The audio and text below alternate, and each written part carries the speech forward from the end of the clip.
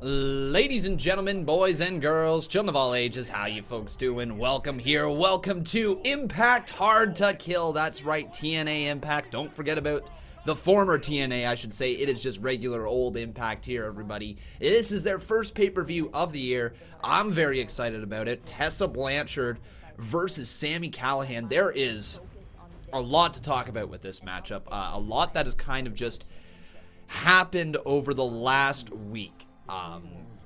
Some stuff, lots of controversy, and a lot of people upset with Tessa Blanchard, and potentially rightfully so. However, everybody, we're going to talk all about that here today. It should be really fun. I just realized that the results tab is not up to date, so I'm just going to fix that while we do a Conman certified roll call. So who do we got in here today? Welcome everybody, welcome all. We've got ourselves Justin Beverly up in here. We got Zion Rayshon. We got Jesse Miles in here. We got CCSYT. How you doing, my friend? We've got ourselves MC Blackman. Welcome to the live stream. We got Waleed Hijaz up in here. We got Sadverk. Welcome, my friend. Great to see you. We got Christian Vega. Always nice to see my friend. We got Byron Knight up in here. We got Bad Zach. We got Riley Anthony. We got the cheapest heat. Welcome, my friend. Welcome. We got Joe Maxwell up in here. One sec. We've got Harold Garner. How you doing, buddy? We also got ourselves TJ Young. Welcome, TJ Young. It is great to see you here today. We've also got Austin Myung. I don't know if I said your name right. Who is that? Who is that over there? Is that's Sports Fan? How you doing, Sports Fan? Welcome to the stream. It's nice and blue over there, so I can't really read your name. We got Matthew Bonneau back here. We got Nightcore. Nice to see you. And we got Waleed Hijaz and LSU Tigers. Welcome, my friend. All right. Let me just continue to add in the results right here, and then we're going to talk all about this show here today, guys. Lots went down, and a lot of controversy surrounding Tessa Blanchard. If you guys did not hear, there's been a lot of reports that have come out that Tessa Blanchard has a large history of bullying in Stardom Wrestling, which is why she was not welcome back to Stardom Wrestling. And then she also apparently spat on a person of color and called her the N-word way back when. Now, I'm not exactly sure when this happened. However, that is the reports going out there. Chelsea Green from WWE said that she bullied people. Then these reports came out that she spat on a African-American superstar and called her the N-word. So there's controversy there. Now, what I want to say to everybody out there on the internet right now as we get ready for this matchup, we get ready for Ken Shamrock versus Madman Fulton. Everybody out there on the internet, what I want to say is let's give this story a little bit of time to breathe in order to get the entire story. As of right now, it seems like there's a lot of people jumping on the bandwagon to put down Tessa Blanchard, and there's a lot of people jumping on the bandwagon saying, I've been treated with nothing but respect. The real story is probably somewhere in the middle, right? That's exactly where it is, somewhere in the middle, and we'll find it eventually. Right now, it is way too soon to truly know what has happened. There has been people out there that have said this has happened, but you never know until the actual reports come out, or until there's actually something spoken on the matter. If she comes out and denies it, and then people come back and say, no, you lying piece of scum, you actually did this, then we've got a different story. If she comes out and saying, I did this, this happened, I am ashamed that I did this and all that, it's a start. It does not make it right, and that would be a start in the right direction, but even then, if that was the case and this story turned out to be true, personally, I don't want to see her on my screen. Right? I personally don't want to watch somebody knowing that that has been their history. It's the same reason I don't like Hulk Hogan when he comes out, right? So if that is the case with Tessa Blanchard and this story is actually accurate, then man, I think she's got to be annexed. If that is the case, right, there's no room for that in wrestling. We'll see, though, what ends up happening there. But everybody, right now, it is time for our first matchup of the day. It is time for OVE member Madman Fulton to take on Ken Shamrock. I can't believe I'm actually saying that, by the way. Fulton versus Shamrock is the match that we're getting here today. Madman Fulton getting slapped there at ringside, but Ken Shamrock says, I got a fist with your face on it. That doesn't make any sense. Anyways, everybody, let's get this on over on Twitter. Asking you guys, who do you think is going to win this matchup? It's a big question. So, who will win?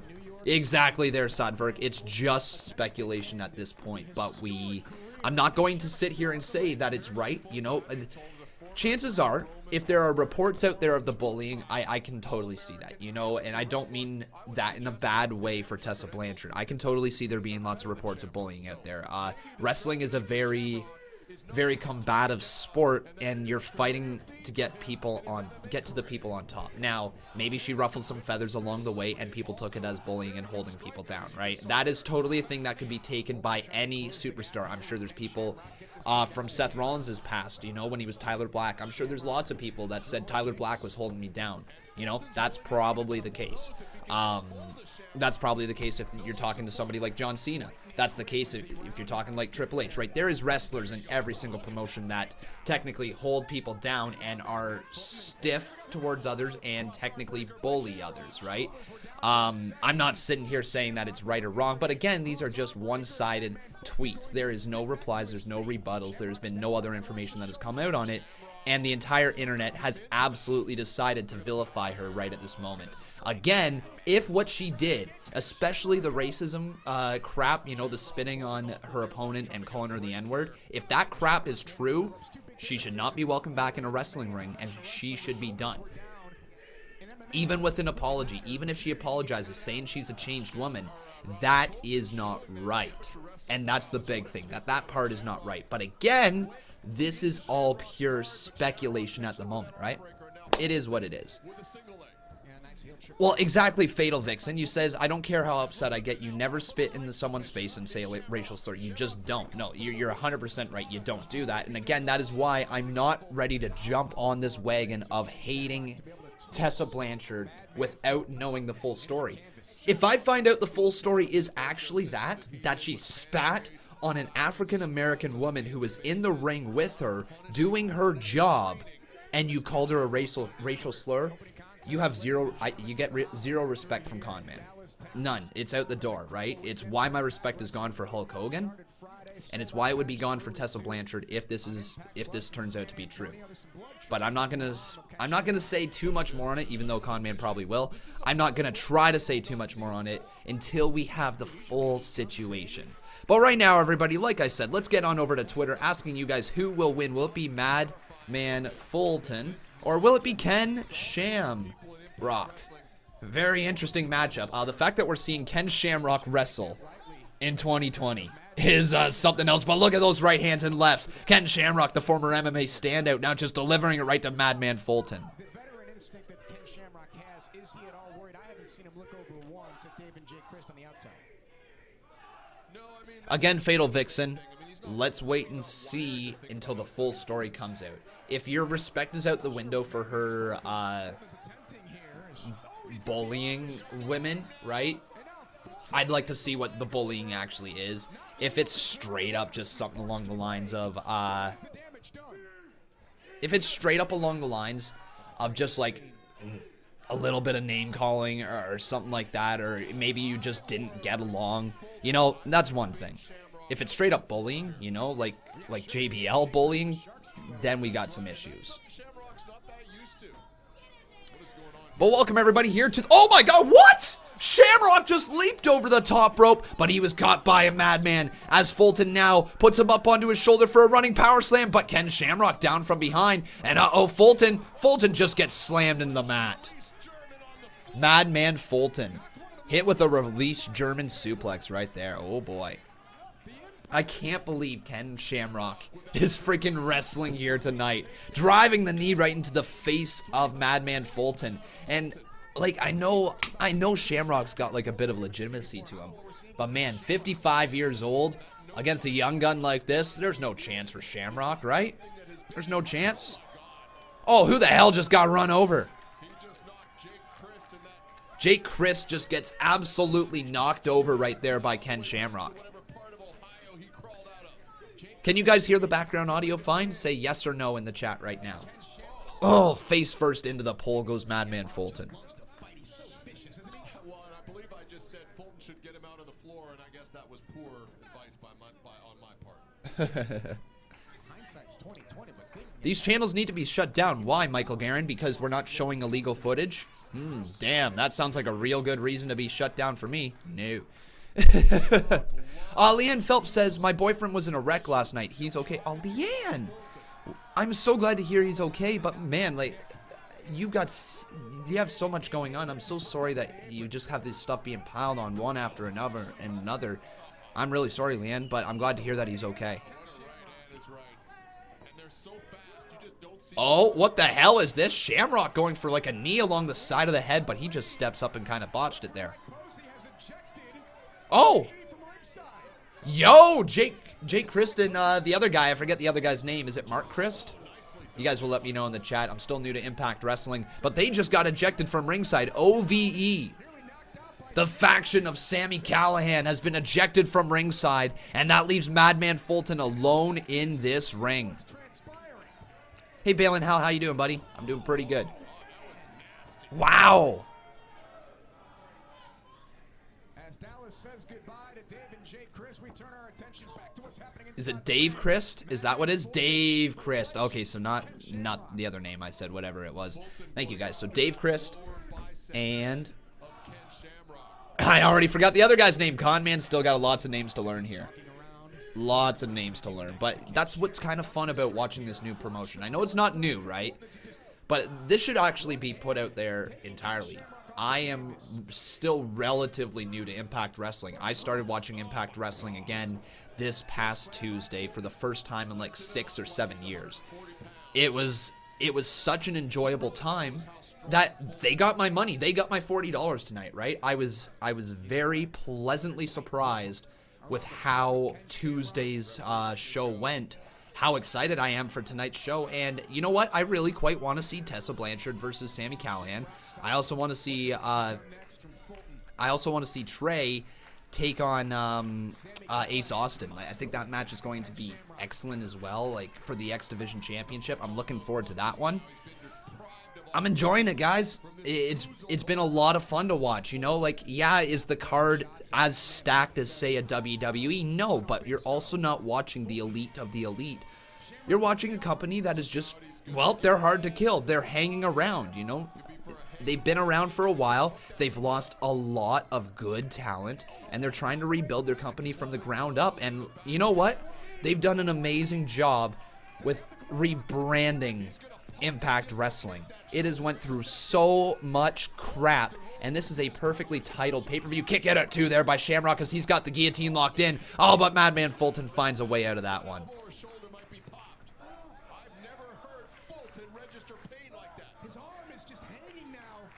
Fulton's arm just kind of hanging there. Shamrock, did he dislocate the...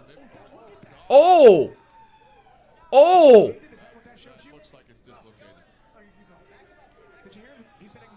Oh my god, the shoulder is so dislocated. Look at that shoulder. Look at that bump up there. That is dislocated. That right there, folks, is a dislocation. Madman Fulton's arm is dislocated. Oh my. It is completely dislocated. It has been popped out of its socket. And he is turned. Thumbs up, hang on. Thumbs up.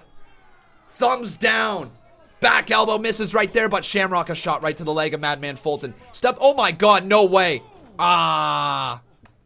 Nice try. They tried to go for a single arm powerbomb. Kick out there by Shamrock. 1, 2. Kick out by Shamrock. Flips over. Oh! Shamrock! Shamrock! What the hell is that? Shamrock's got something locked in. It is locked in deep. It's going to be all over for Madman Fulton. Can he get to the bottom ropes? Can Madman Fulton reach out those long limbs? I know one has been dislocated, but it's caught. Is it going to be popped right back in? Madman Fulton literally... Oh, he taps! What?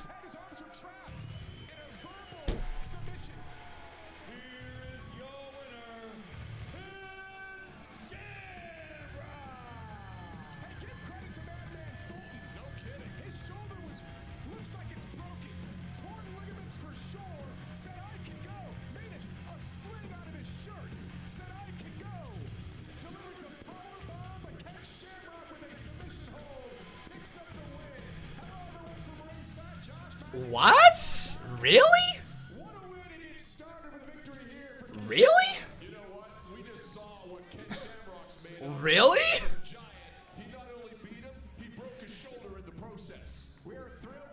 They gave the win to Shamrock.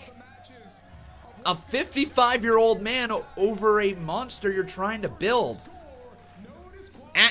No, that doesn't work for me, Impact Wrestling. Ooh, he can't be doing that crap.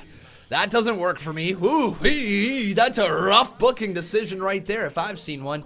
I don't know. It seemed like Shamrock was maybe a little bit flabbergasted that happened. Maybe that's not the finish that was supposed to happen. I don't know, but Ken Shamrock picks up the win over Madman Fulton. Very questionable booking decision.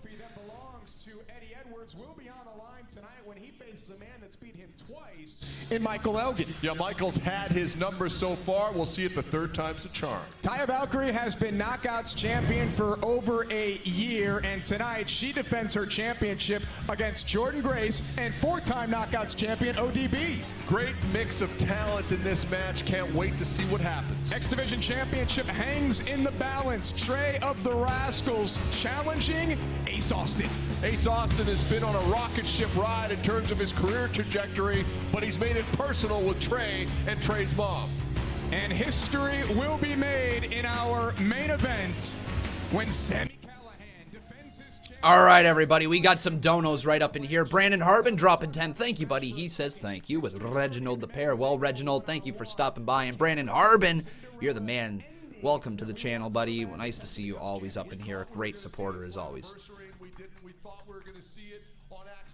So let's roll this $10 dono, and then right after that, we got ourselves a $3 dono there from Leanne Phelps. Says he's going back to work Tuesday because no pain. Good to hear, Leanne. Very good to hear.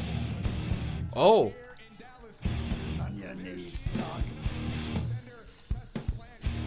So, yeah, they're just showing everybody arriving here today. Bow down to the king. Thank you, buddy. Yeah, I'm just kind of hearing them talk right here. Matt Stryker, is that, no, Josh Matthews? Shoot, which one is he? He's Josh Matthews. So yeah, Josh Matthews on commentary. I believe that's Don Callis. Is that the guy's name? I think it's Don Callis. Correct. Don Callis. Yeah, maybe?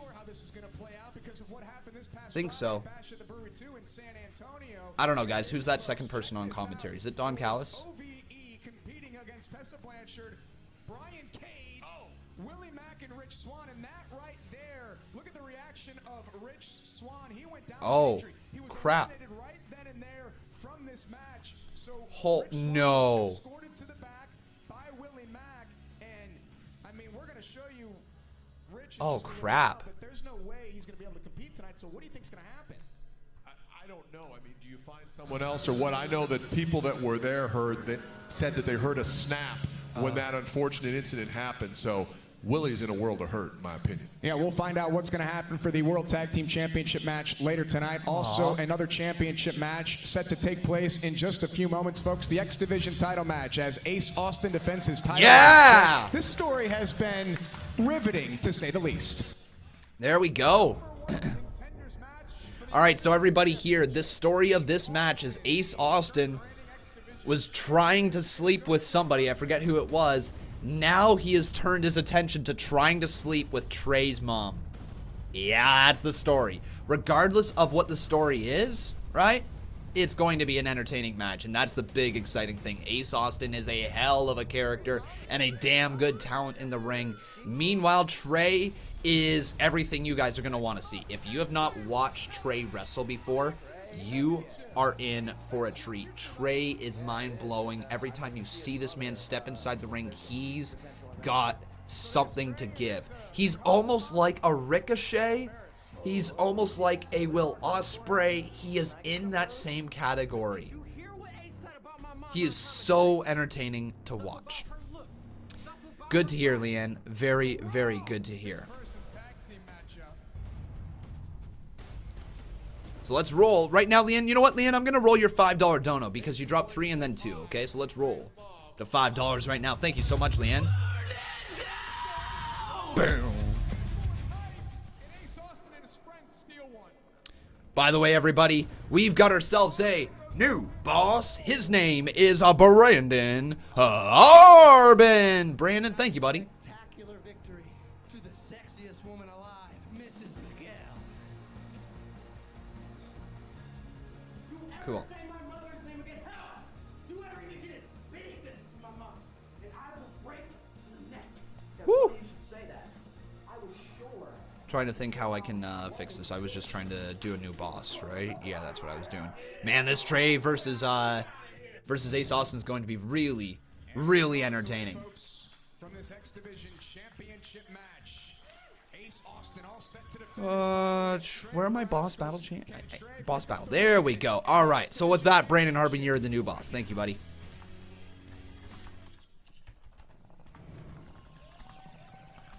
Here we go.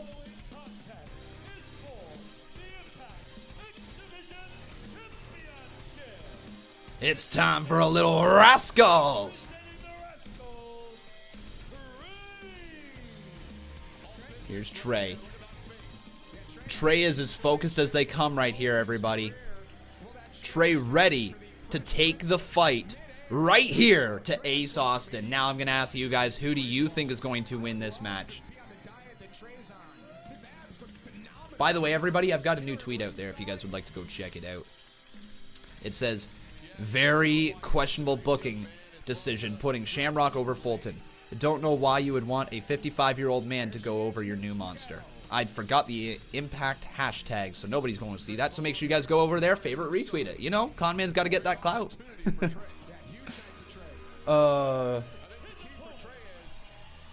So, who will win is the big question. Hashtag hard to kill. Ace AUS taunt. This one I'm looking forward to. And you guys should be as well, because this is going to be a very, very fun match. Remember, everybody, if you have not done so, please make sure you smack a like on this video. Also, making sure you are subscribed to the channel. Impact Wrestling does have new championships here tonight.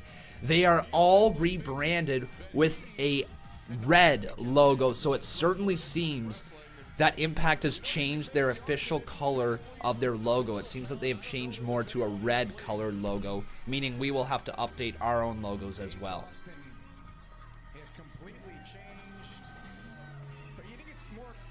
Conman, do you know Wrestling Days is doing Impact Hard to Kill? Yes, I do. I do.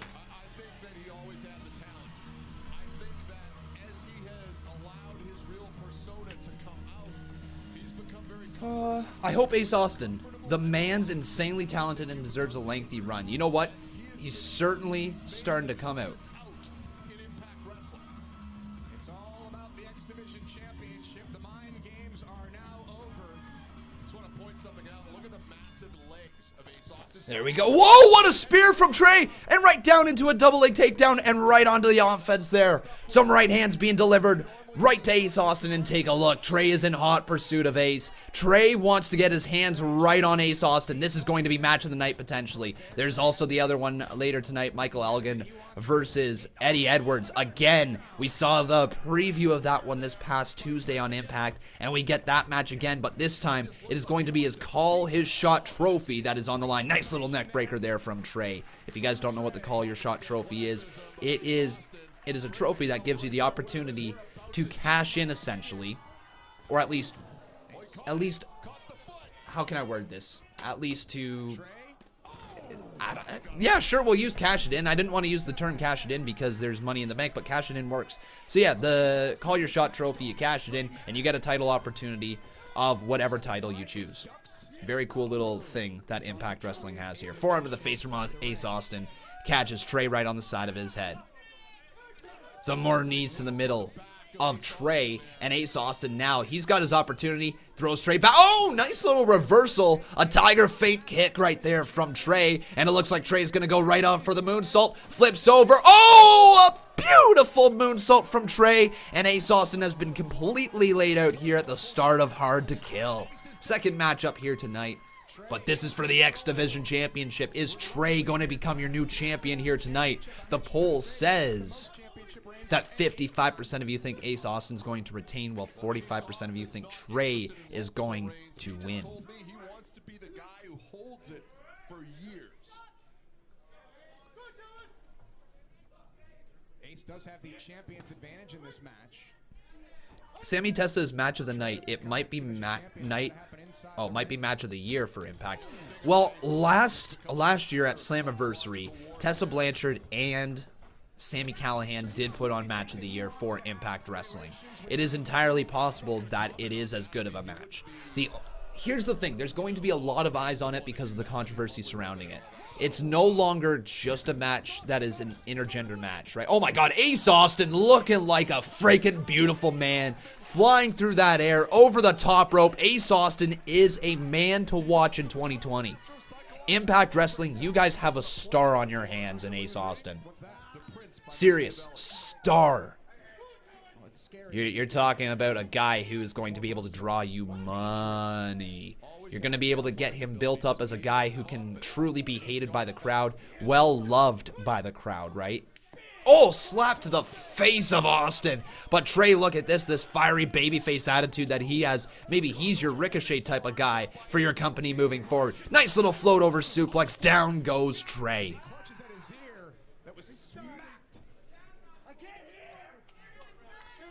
Zayon Rayshon says that Ace should go to WWE. Well, here's the thing, guys. You gotta make sure that you have talent in your own promotion. You don't want to lose your talent, right? If you could build up a talented promotion on your own right, all of a sudden, you potentially could start drawing more people to your shows and expanding from there. Is Ace Austin? Ace Austin pulls out that ace card right there, shows it to the camera, as Trey is in a lot of trouble. But here's the big thing that I want everybody to remember. There's been some brand new news that has come out today, I should say. And it's the fact that Marty Scurll is now going to be the lead booker in Ring of Honor. Well, lead booker. He is working in booking. There's going to be somebody else with him as well, but he is essentially working with creative in the near the head booking table. So anyways, Marty Scurll's going to be doing that. He's also looking to improve relations with New Japan Pro Wrestling, with AEW. Let me just get the tweet right here so I make sure I don't misquote this, right?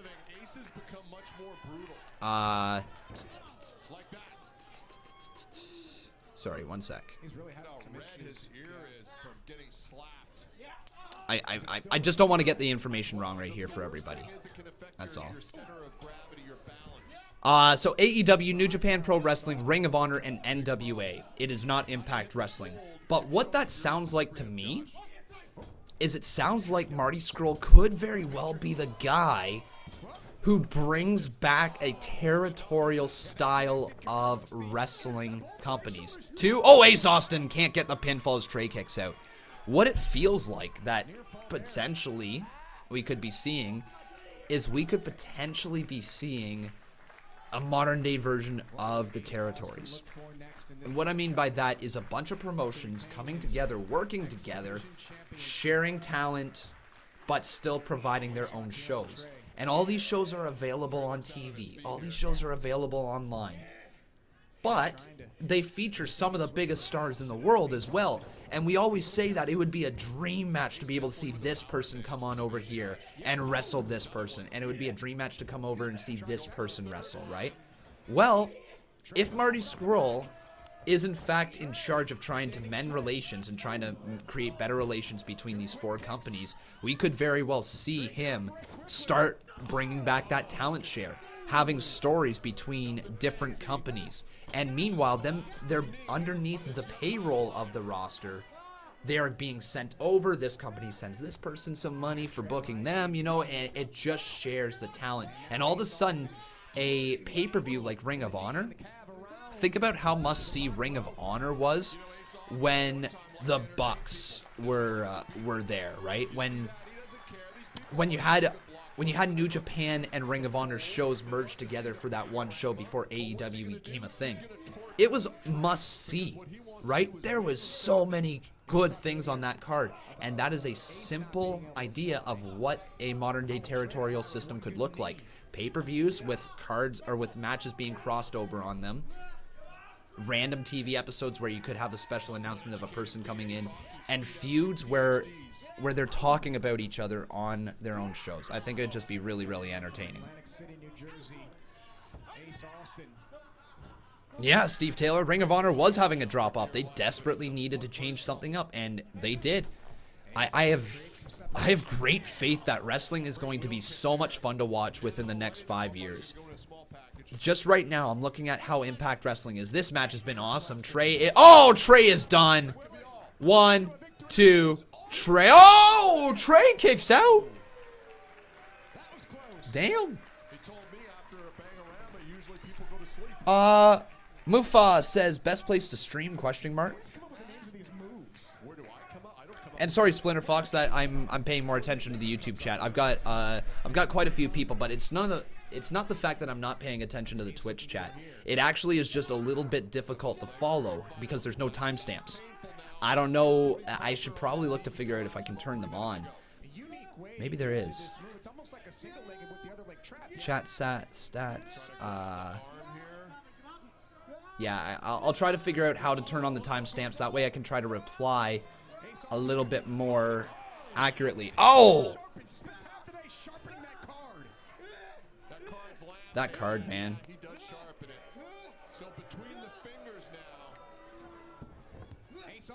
Yeah, no idea. No idea how to show timestamps over there in the Twitch chat. My bad. Whatever. Not much I can do about it anymore. I'll try to pay a little bit more attention to the Twitch chat as well, okay? Thank you so much for being in here, everybody. Make sure you leave a like on this video if you're enjoying it. As Ace Austin slowly starting to come back into this matchup after he just used that sharpened Ace card. I like how he says he sharpens the card right in between the fingers of Trey. That had to hurt. NYC Mac, thank you very much for following me. Welcome to the channel. It's great to see you.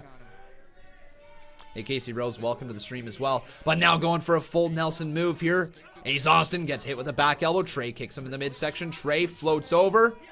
Drop kick to the back of the head there of Ace. And now Ace Austin's in a lot of trouble. Trey can do it. I believe in Trey. Do you guys believe in Trey? Just kidding. I don't think Trey's going to win this one. Weathered the storm for the past 7 or 8 minutes of Ace Austin. Ace Austin in a little bit of trouble here as Trey gets back to his feet. Trey ready to go, and a clothesline lays down Ace as Ace still has his mother on his mind. Now Ace goes for a big kick there. Trey ducks underneath. Oh, and Saguri catches him there. Actually a Pele kick. Going right in, slides underneath, takes the legs out from underneath of Ace Austin. Right back up to it, and an Enziguri catches Ace.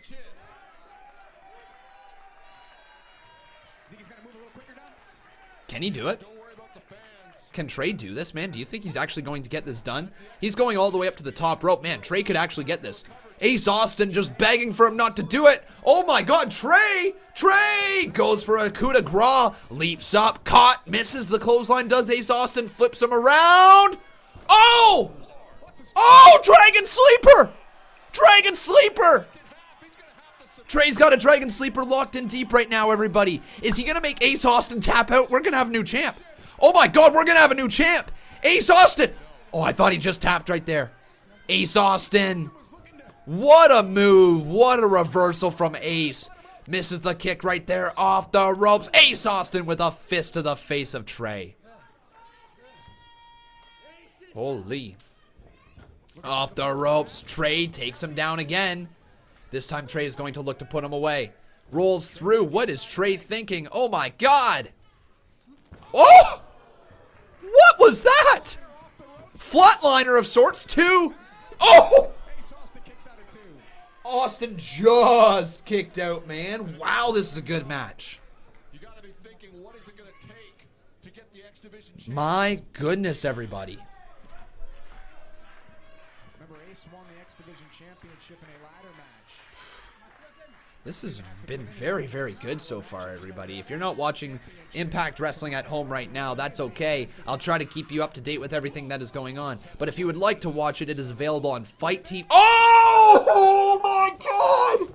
No way! 2! Kicked out by Trey. What a beautiful disaster kick right there from Ace Austin. I don't know if he's got a different name for it right here, as I can't currently hear the commentators over my yelling. But what a freaking kick to the face of Trey. Exactly like a disaster kick from Cody. What's Ace thinking here? Now Ace puts him up on the top rope. Looking to put away Trey. Right hand there. NYC Max says, I think Ace Austin's going to win. I think you might be right, buddy. S Black says, you're doing great, Conman. Just keep up the good work, man. Thank you so much, S Black. Oh, kick to the face. Super kick's going to counter there. Trey slides down. Tiger feint kick to the middle of the head. And this could be Trey's moment. No freaking way. He's going to do it. Trey from the Rascals climbs up to the top rope. Trey ready to go. Oh, Ace Austin pulls the ropes down. And Trey lands on his southern regions. And this is going to allow Ace Austin an opportunity of a lifetime. Steps through. What the hell? Oh, what? Austin is so good. Austin! Oh, my God! Ace of Spades, it's over. Ace Austin retains. What a match.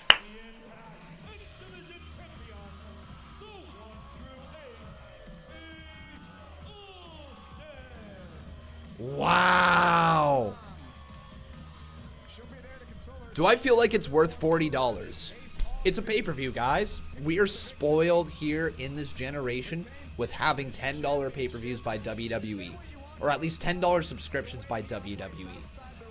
$40 for a pay-per-view is not a lot of money, everybody.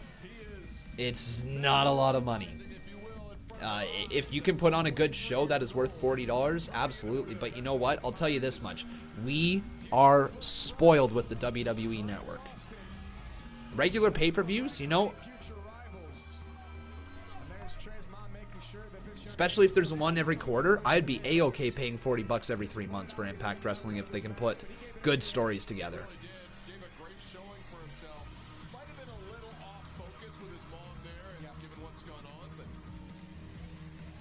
Uh-oh.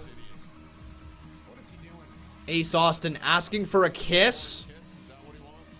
Asking for a kiss from Trey's mom. Oh, Trey! Right back down there! And Trey has seen enough. He doesn't want to see that. Who wants to see his mom get kissed on national TV, right? Trey doesn't. As Trey now just starts firing his hands, lefts and rights and hammer fists right across the top of the head of Ace Austin, who, by the way, just beat Trey in this X Division Championship matchup. But now the referees are going to be sent down there, and folks, I don't think this is over. I don't think that this feud is over. Oh. There's Rhino Scum. Rhino Scum is out there for Ace Austin. Man, I like Impact. They've got some multiple factions, you know? They got a faction around the main title. They got a faction in the X Division. Pretty sweet. Here we go. Joining me tonight is ODB. Yeah, hard to kill, baby. Yeah. ODB! You are in a title match tonight for the Knockouts title. Now, you had a tough last year, especially with your food truck. How are you feeling, and what's your mindset going into this match? 2019 has been a hell of a year. And first of all, before I go yapping, I like to thank all you wrestling fans out there for supporting me. 2020 spring, baby. My new food truck's coming. But you know what? Some bad things had to happen for good things. And 2020 has been good to me. It's been great. I'm getting another run. I'm back in the Impact Zone, baby. Yeah, baby. And hard to kill, I'm going to surprise everyone by becoming 5-time knocked up champ. Boom! Knocked up champ. She's the longest reigning knockouts champion. All right. I love me some ODB. That one dirty bitch, you know? Oh, she's fun to watch. She may not... Okay, here's not a shot whatsoever against ODB because I love me some ODB. But she is not the most entertaining to watch in the ring. However, in terms of character work, ODB is such a fun freaking character, isn't she?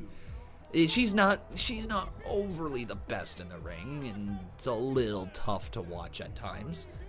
But she would punch my face in if she ever saw me saying that to her. So she's pretty damn good. She's pretty damn strong. And she is, in fact, a very, very, very, very, very entertaining character. That, for me, is why she's just freaking awesome. I remember her from when I was a kid. I used to love her gimmick as a kid. Why wouldn't I? And, you know, I still think it's a great gimmick here these days. However, I don't think she's going to win the championship. Like, I know she was kind of a last-minute addition to this matchup with beating her on this past episode of Impact, right? And Taya Valkyrie is going to be in a tough position, especially since it's a triple threat match. But it feels like it could very well be one of those things where ODB gets pinned, right?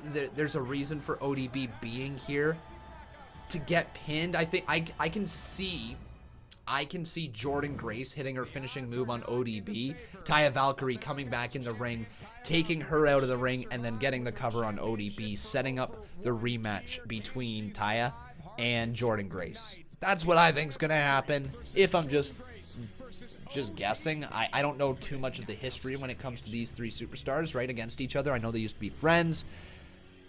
Or no, never mind, that's a different story. I was thinking of the triple threat from earlier today at NXT TakeOver UK, Blackpool 2.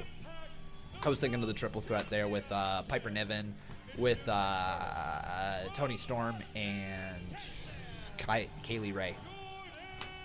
But there we go, everyone. It is time for Jordynne Grace. Big Mama Pump.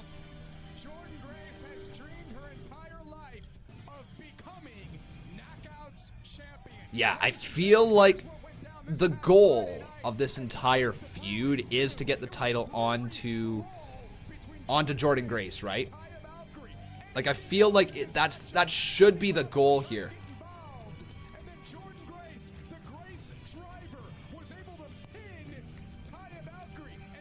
Yeah, I feel like that's the entire goal, is to try to get the title onto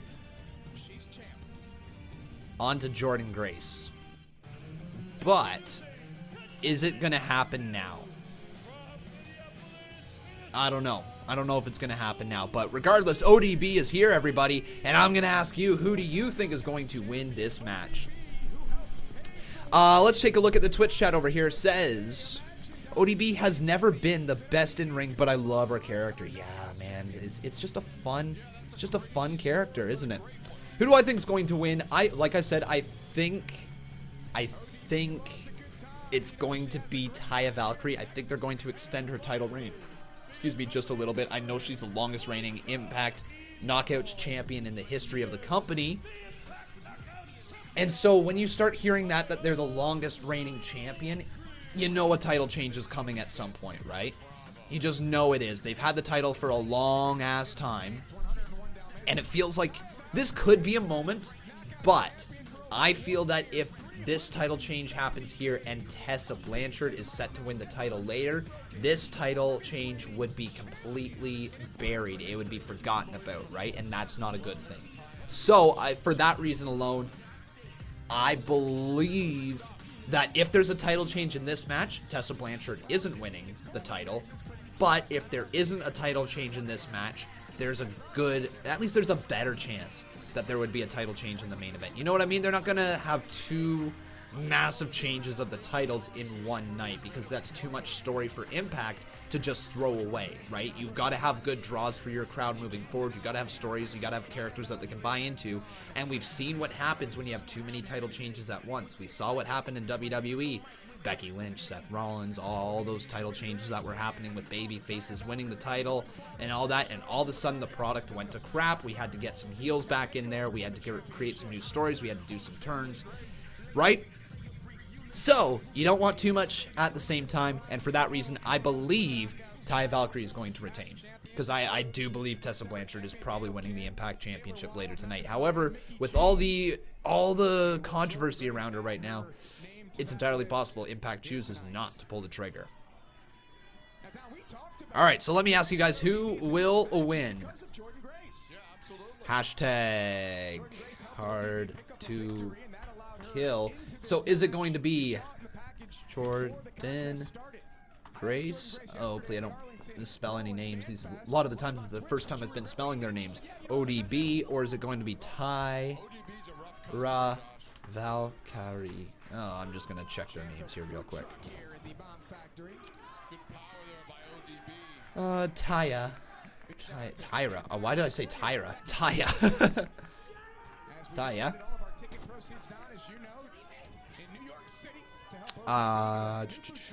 Jordan 2 ends.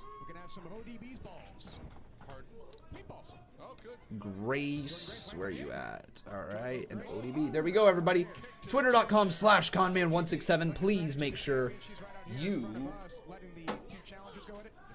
Yeah, I know, I said Tyra. My bad, guys. I was saying Tyra the entire time. Conman sucks at commentary sometimes, that's for sure. Oh, Jordan Grace. Oh, big drop kick there from Taya. And down goes the ODB. It's very, very weird, guys, for me, because I actually have a person. Well, not a person. What am I talking about? I know a girl who looks identical to Taya Valkyrie. It's very, very weird. Well, maybe not identical, but like the face, at least, is very, very similar. And so I just see this person every time I see her in the ring. It's very weird for me. Here's the roll-up kick out there by Taya. Now a kick right there to the arm of Jordan Grace. Jordan Grace off the ropes. Man, Taya Valkyrie just gets slammed by Big Mama Pump.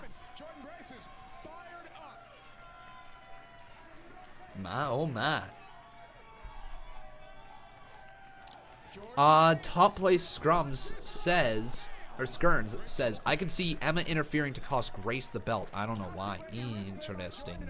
I mean, you got to get some new feuds going, right? But I truly believe that the feud between Jordan Grace and Taya Valkyrie is not done. And here is the reason why. Going into this matchup, this was supposed to be a one-on-one match between Jordan Grace and between Taya Valkyrie. That didn't happen. ODB was added into it, right? So I think the logical storyline is ODB gets her shot, she loses, she costs Jordan Grace the title sort of thing. Or at least Jordan Grace doesn't lose, and then you start the rematch and you build to the rematch. And literally the best way to do that is to have Jordan Grace hit her finishing move right there on ODB. Taya Valkyrie comes in, takes Jordan Grace right out of the ring, and then pins ODB. That's just the best way to get heat right on her.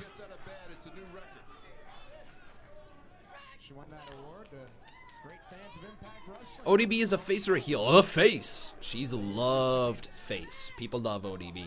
How can you not? But look at Taya Valkyrie just shoving that foot of hers right into the throat of ODB.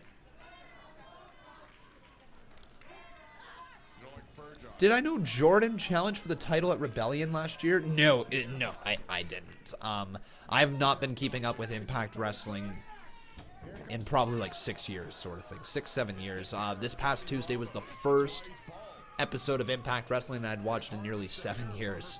Insane. Patricia Warmer, if you can hear me, just refresh your live stream. Live stream, not screen. You mean to Neil? Oh yeah, you did say Emma, didn't you? Yep, okay. I know exactly who you're talking about, though. Steve Taylor says, I want to see them bring... No! What are you doing, man? He says, I want to see them bring back the six-sided ring. That's what separated them from every other promotion. That's what killed their promotion once they took it away, I know. But no, you can't bring it back now. That's the old TNA. That's literally the old TNA, and it's not viable here in 2020 anymore, right? To me, okay, let me be honest here. As a casual fan from back in the day when I was flipping through wrestling, I saw the ring, right? I saw the six-sided ring, and I was like, oh, this is weird. And it took a long time to get used to that. Now, if that happens here, if all of a sudden they bring back the six-sided ring in Impact Wrestling, all of a sudden you're telling everybody all this progress, everything that we went through, losing all these stars, changes of membership, not membership, changes of ownerships, everything like that, everything we've gone through to get to this very moment. If we bring that back, we are going back to TNA. And I don't think that's what Impact wants to do. They want to be viewed as a legitimate wrestling company and I know they were viewed as a legitimate wrestling company with the 6-sided ring, but I think they want to be not quite mainstream, but they want to be in that conversation with AEW. They want to be in the conversation with Ring of Honor, right? They don't like how far they've fallen down the totem pole, and I don't think the 6-sided ring would be a way to make people want to come to your company, right? And I don't think it's any way that you make more stars want to come to your company. When you were the second biggest wrestling company in the world and you're doing something to try to separate yourself, that's fine. But at this point, you got to have people coming to your company, and if you've learned how to wrestle in a 4-sided ring, and you've got the option of a 4-sided ring or a 6-sided ring, chances are the people are going to pick a 4-sided ring, and they're going to go to World of Sport, they're going to go to Evolve, they're going to go to AEW, they're going to go to Ring of Honor, they're going to go to New Japan. They might even go to WWE because of that 4-sided ring aspect, right? Here in 2020, I just don't think it works. Somebody could try it. I just don't think it would be successful because it's been done, right? Oh, nice little face buster there delivered as ODB comes right over the top and drives the face of Taya into the mat. The Impact Knockouts champion. She's struggling. Oh my god, ODB is freaking hilarious. She's literally patting on her boob, ODB, as she's getting up. She can barely move, yet she's still just giving a big old boob pat. Gotta love ODB.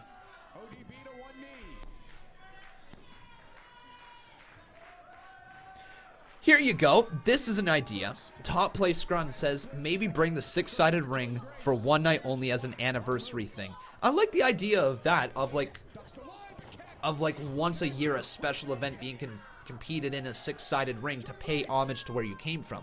That makes a lot of sense. Bringing it back full time doesn't. It's just not marketable in 2020. It's just not. It's not common to see. It's weird to the eye, and a lot of people will like it for sure, but a lot more people will choose the other wrestling just simply because of how the ring is. Nice spine buster there from Jordynne Grace. Down to the cover, count of 2, kick out by Taya Valkyrie. Nuzeva Angel says, I'm glad I didn't order this pay-per-view. Sounds like it's boring. You would be wrong, my friend. This has actually been a very entertaining match right now. Jordynne Grace just absolutely delivered a massive move there on Taya Valkyrie. And now take a look at ODB in the corner. She looks like she's going to charge forward. She gets kicked back there from Taya Valkyrie. Nice little German suplex, bridges to the cover, but ODB pulls her off there. Is that an ankle lock? ODB, nice little heel hook. But Jordynne Grace now from behind. Oh, Jordynne Grace, she's got a sleeper hold locked in. Man. Oh, down goes Grace and ODB. Taya Valkyrie, jackknife cover, down to the cover, rolls through. Jordynne Grace 1, 2. Jordynne Grace can't get the finish there. Taya, man, still hanging on tight to this win right now. She wants to hold on to that championship. Oh, no. Oh, the knee from Valkyrie. Down goes Grace. Cover. 2. ODB saving the matchup right here for herself and for Jordynne Grace. Very, very entertaining match right now, guys. If you have not begun watching Impact Wrestling every Tuesdays, make sure you join us. We are live every Tuesday at 8 p.m. Eastern Standard Time with Impact Wrestling. We'll be covering all the fallout of Hard to Kill this Tuesday. We'll obviously be covering all of Hard to Kill tonight, and then every single Tuesday moving forward, you can see us once again at 8 p.m. Eastern Standard Time covering this great in-ring action. Jordynne Grace getting slammed face first into the top turnbuckle, but oh boy, ODB gets sent right down to the ground. And it might be over. Here we go, Jordynne Grace. What is she thinking? Jordynne Grace! Oh! Senton from Big Mama Pump. Down to the cover. 1, 2. Taya Valkyrie saves the matchup. Man, Taya is so unlikable. She is so unlikable, and as a result, that makes her a great heel, right? I got to see some more work from Taya Valkyrie. If her in-ring work and her in-ring attitude is anything like I think her promos are, I think she's actually probably a fairly decent heel. Does she have much of a character, guys, or is she boring on the microphone? Let me know.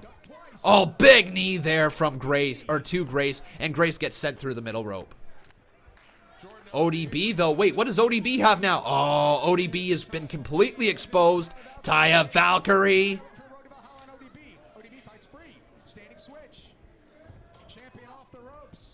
ODB. ODB. Nice. Oh, Lee. Plants down Valkyrie. I don't know the name of these moves. Jordan Grace is going up. Oh my God, Jordan Grace. Vader bomb. Vader bomb delivered to ODB. It's over. 2. ODB kicks out at 2.5. Wow. She's a great heel. She's one of the best heels in wrestling. Interesting. She's a badass. She's a great heel. ODB is the only person from NWA and Impact right now. There has to be a storyline after this. Okay, fair enough. She's amazing heel. She is a good heel on Lucha Underground. Cool. All right, guys. So everybody seemingly says she's a good heel. How you doing there, 8-bit Biddy and dude? Nice to see ya. Oh, Grace! The Grace bomb! 1, 2, 3. It would have been over. Oh, but Bravo gets up on the ring apron, costing Jordan Grace. Here you go. This is our time. Ty Valkyrie. Here you go. Count of 2. Is it over? It's over. Conman calls it again. And still, Knockouts champion. It's Taya Valkyrie, courtesy of her manager, Johnny Bravo, after, it's Johnny Bravo, I believe, right? After Jordan Grace hit her finishing move, pinned her opponent in ODB, gets caught by the manager, not allowed to get back inside the ring, and Taya Valkyrie is still your Impact Women's Champion, leading to the rematch eventually between Jordan Grace and Taya Valkyrie. Very, very fun match. Welcome my guests, Rob Van Dam and Katie Forbes. There you go. Oh, God, they're making out again. Rob, we're supposed to have an interview. Craig, I will not eat your pussy. We don't need you. I got this. I'm not going to do it. Interview me, baby. Sorry. Baby, of course you're going to beat Brian Cage tonight, considering how strong and handsome you are. But what are your big plans for after the match? Well, after the match, to think that far ahead, I mean, already I got all these fans screaming my name. I got this girl here wanting to interview me. And look, here's somebody right now approaching me for an autograph. You want a picture too, bro? It's cool. No, take your phone out. Excuse me. What did you just say? Dude, everywhere that I go, so what I'm gonna do is prioritize and put my energy where it matters. Yay! Where it really counts. Yes. Give my attention to people that...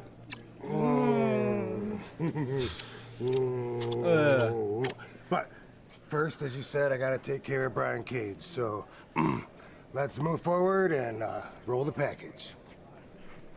Okay. Oh, not that package, baby. We have a video package. I'll let you know a little secret. You wanna know where RVD got his moveset from? Right here. Cool. Very, very neat, everybody. RVD is a weird friggin' dude, isn't he, at this point in his career? Weird heel. Effective, though. It's a different character, right? And I will give him credit. It is cringy. It is gross. It is not what you want to see, which makes it what you need to see in terms of making an effective heel. Very, very, very interesting character. It's annoying. It's cringy. It's not a world champion type of character, but it's exactly what it needs to be. It's exactly what it needs to be for Rob Van Dam. He's just an old, creepy man at this point who happens to be a stoner, and now he's got a girl with tattoos and a big ass who he makes out with on camera. That's his gimmick, and it's working for a heel. It just is. Impact is not dead, actually, buddy. You see the name of this pay-per-view is called Hard to Kill because they have not died yet. They are, quote-unquote, hard to kill. That's why this pay-per-view is here. They're doing good.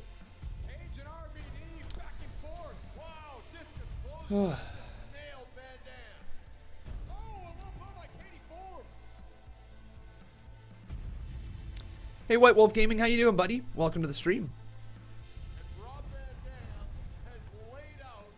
Nice to see everybody up in here. But yeah, I think it's time for me to run a little bit of a plug. So if you guys have not done so, please make sure you leave a like on this video. Also making sure you are subscribed to this channel. And if you guys are really enjoying what I do here, make sure you consider dropping a little donation. This pay-per-view is $40 here today. So if we could just cover the base cost of the pay-per-view from all of us contributing towards it, that would be absolutely amazing. Thank you guys so very much if you wish to support this channel. If you're watching over there on Twitch, you can drop your support as well if you'd like to. There's a donation link down in the description below. It is completely up to you guys if you would like to support this channel or not. I just appreciate everybody being in here and watching the show with me today. P-Cash, how you doing, buddy, over there on Twitch? Sadverk says the emergence of AEW has encouraged other wrestling companies to step up their game. Excited for the next couple of years. I agree. And Jim Dupree, thank you for subscribing.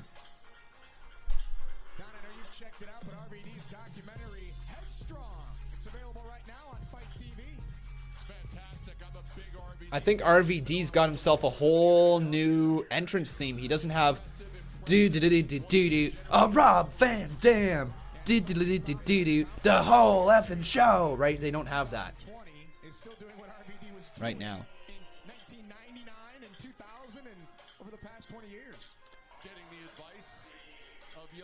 Oh, gonna talk about Conman Reacts getting monetized. Yes, yes I will. Ladies and gentlemen, it is absolutely amazing news. I'm so proud to announce this, that after we released the new channel, Conman Reacts, back in September, worked my butt off to try to get it monetized.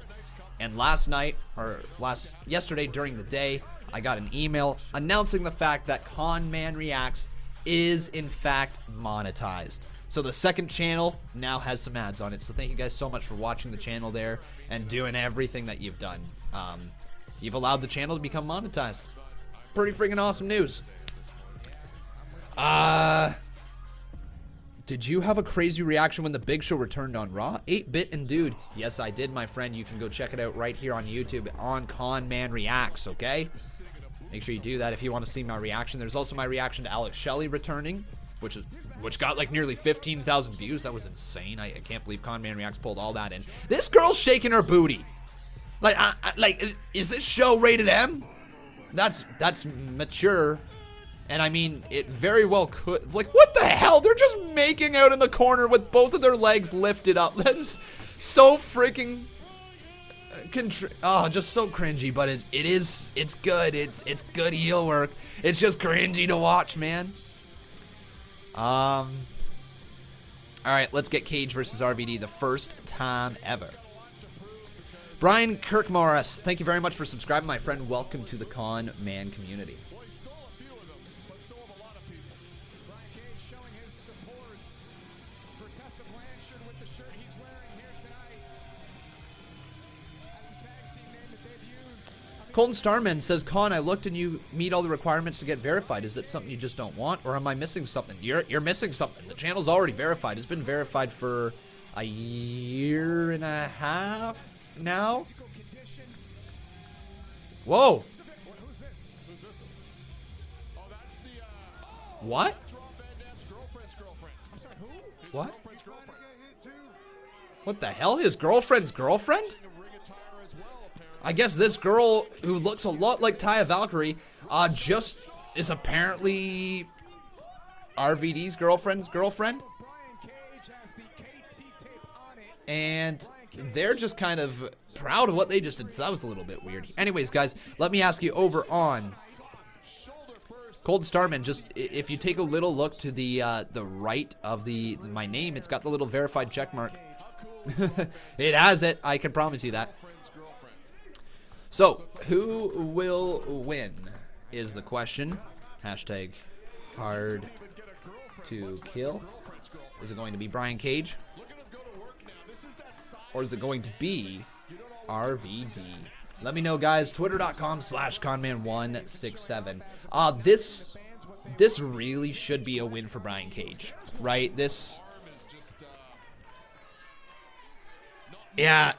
needs to be a win for Brian Cage. If you've already had one old man go over today and Ken Shamrock, you can't have two, right? I know they've got a heel character in RVD and you're trying to build up, but If you're Impact Wrestling, you gotta make sure, and this is just, you know what, this is coming from me saying you gotta make sure. This is just my opinion, okay? But in my opinion, you've got to make sure that you build up your younger talent who is willing to stay with the company. If you don't do that, if you don't invest in your current talent and don't put them over at the right times, over legends in terms of like first time matches, right? There's no need for a legend to win in your company. They can put the superstars over. They can still be a big deal. You can filter them in and out of feuds. You can give them a few wins on like TV to build them up and then have them lose the pay-per-view matches. If you start pushing your older superstars over your younger talent all the time, you are going to run into situations where people just don't care about the younger talent because they lose against all these older men, right? It's perception in wrestling. That's all it is. You got to make people perceive that what is going on is real, right? And it's got to be believable. Seeing a guy like Madman Fulton, who is massive, be decimated by a 55-year-old didn't really seem great. And he wasn't dominated. I know it was a close match, but he tapped out. Madman Fulton tapped out. This is this giant monster who Impact Wrestling has going on. It just doesn't make much sense there, so I hope they don't do it here with Brian Cage. The only way I could see RVD picking up this win is if there's somebody else who is going to come down and distract Cage, or it's going to lead to their next feud.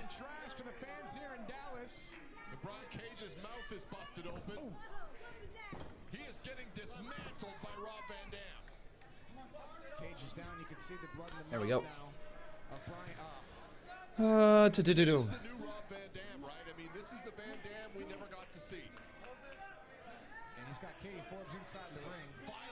Cool. Can other people? Sorry, Colton. I have no idea what's going on, buddy. No idea.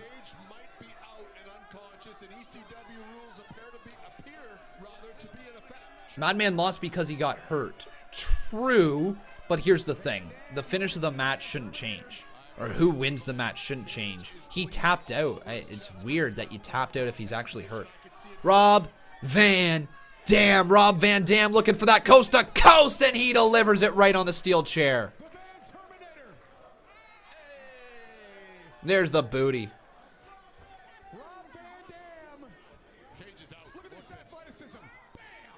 Huh. Very, very interesting. I'm curious, is this a no DQ match? Did I miss something? Did I miss something? Is there like a stipulation to this match? I legit actually don't know. All I know is that this is supposed... Oh my god! Cage is busted open wide! Oh no! Brian Cage has so...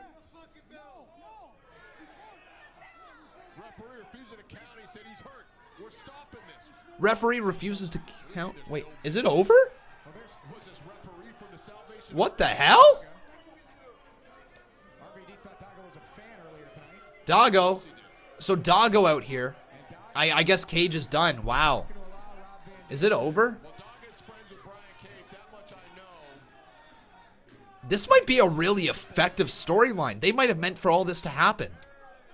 I know that they had RVD and Daga kind of have that backstage interview thing, that little situation, but now Daga comes out to protect Brian Cage. It looks like the match is done. I actually don't know. Is Brian Cage legitimately injured? Like, is that busted open face legitimately what just happened? Like, is he done? The referee hasn't rung the bell yet. Oh, Van Dam from behind. And Van Dam's attacking Daga. Hey, J. Craig. You blocked. Goodbye, you fool.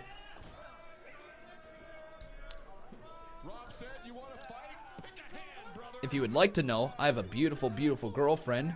And, you know, it's okay if people want to do that. But at the same time, man, it is what it is. If you think that about me, hey, you can think that about me. But I got a beautiful, hot-ass girlfriend. And that's all I got to say.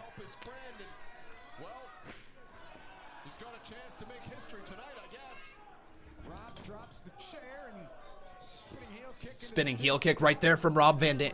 This match is over, right? So the bell has never rang. Is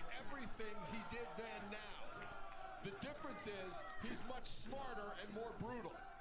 Daga came out here to stop Van Dam from attacking his friend Brian Cage. We don't know if Daga's warmed up. We don't know if he's ready to go.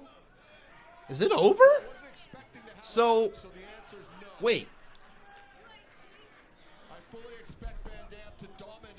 Guys, sorry, I'm very, very confused what's going on right now. I got to hear the audio for a second. It's a match. It's a legit match right now. We got Rob Van Dam versus Daga. Okay. Well, I mean, it is what it is. It's just very, very weird. I think we've got ourselves a new match right now. Daga versus RVD. It seems like the story being told is Brian Cage was injured via the coast-to-coast with the steel chair. The referee refused to count. Daga came out to try to save Cage, which happened. And now Daga's in a match with RVD. Now, I never heard a different ring from the bell. I never heard a final ring from the bell. Is Daga fighting for Cage? I don't know what is going on. The match never began. Oh, okay, so the match never began. So the match never began firsthand. Cage got injured, and then that led to this match with Daga. Okay, I guess that's the story. So it's now Daga versus RVD. So let me know, guys, who do you think is going to win this match? We're gonna head on over to twitter.com/Conman167. Impact Wrestling. I've got something for you as well here that I got to talk about. You don't want to. Just one sec. No, let me. Who will win? Hashtag hard to kill. Is it RVD or is it Daga? You guys can let me know. Okay, so here's the thing. You don't want to get into the habit of billing. Oh, are we done? No, we're still live, right? Oh, there we go. Okay, we're back. So you don't want to get into the situation where you are. Why is my stream? Hang on. Sorry, guys. What is going on with my stream right now? Maybe. Let me try this one more time. One thing you don't want to do with wrestling is announce to the world that this is a quote-unquote dream match, right? They built up the idea. Now, whether you want to consider it a dream match or not, it was built up as a dream match between RVD and Brian Cage. For a pay-per-view like Hard to Kill, I think, unless there was a true injury that happened and this has just been them rectifying the injury, you can't just go out there and swap talent just because you want to, right? If you're building up a dream match, it feels like you should probably deliver what you sell to the people, especially for a pay-per-view, right? It's a little disappointing. 5-star frog splash, Daga loses. I guess it's going to be the build to the rematch. Maybe put some more fire into this feud. I don't know. I just don't know what to say. Very, very weird. Very, very weird segment. That one, unfortunately, weakest segment of the night.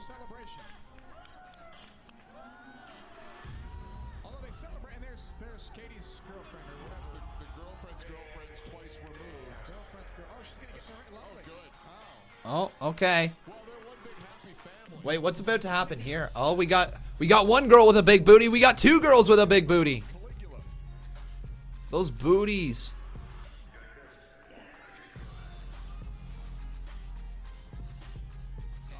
RVD gives her a hug. I guess we've got like some sort of three-way story now. Maybe, I don't know.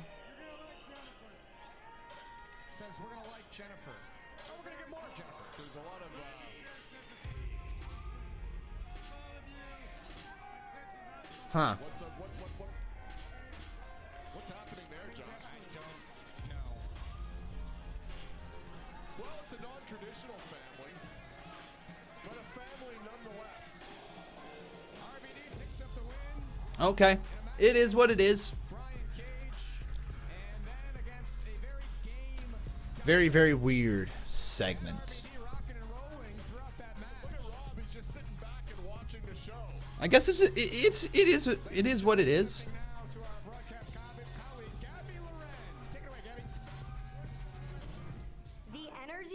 through the roof tonight here in Dallas for Hard to Kill, even backstage.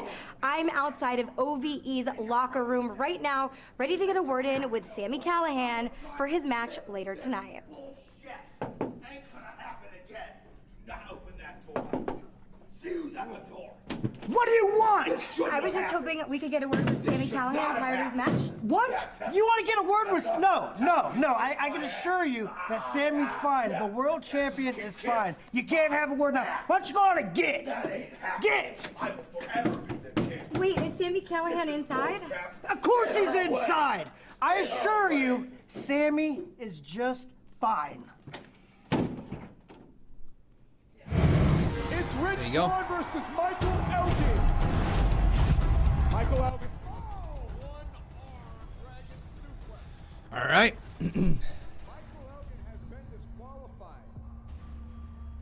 Yeah, like that's what I'm thinking too, Colton Starman. Right, like you wouldn't. Yeah, like I just feel like that ending was very, very weird. That's the way that their storyline was. I get it though. Okay, so they build it up as a dream match, right?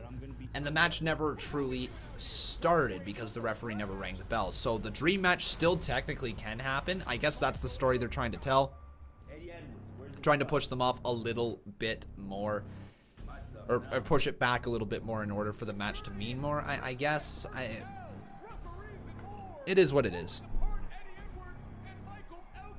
That might as well be the Conman slogan, right? It is what it is.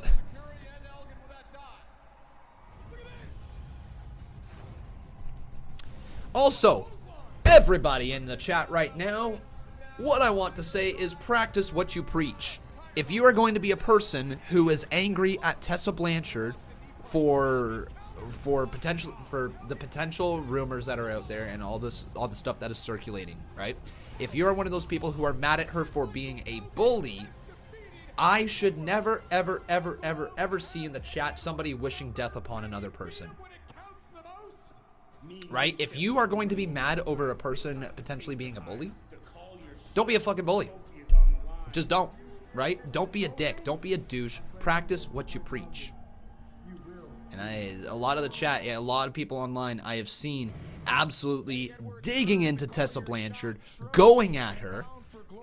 Meanwhile, people are mad because she bullied people. And they do the same thing. Yeah, I know that the racist stuff is also out there, and that is another reason why a lot of people are mad. But there's a lot of people who are upset over the potential bullying allegations against her. Practice what you preach. Seriously. You can be mad, but let me just read this one right here. Just don't wish death upon other people without having the full story. That's all I got. And even then, if you have the full story, you don't wish death upon people. Right? You just don't do that. That's... I can't believe that we got to have that conversation here in 2020.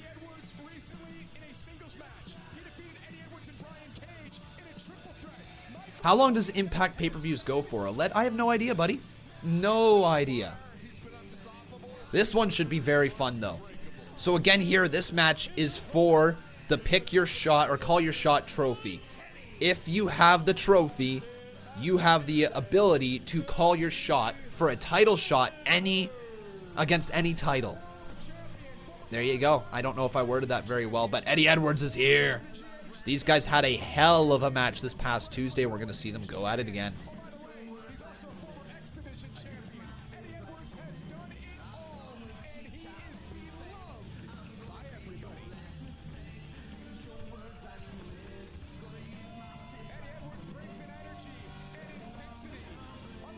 To be honest, this is the only reason you're watching.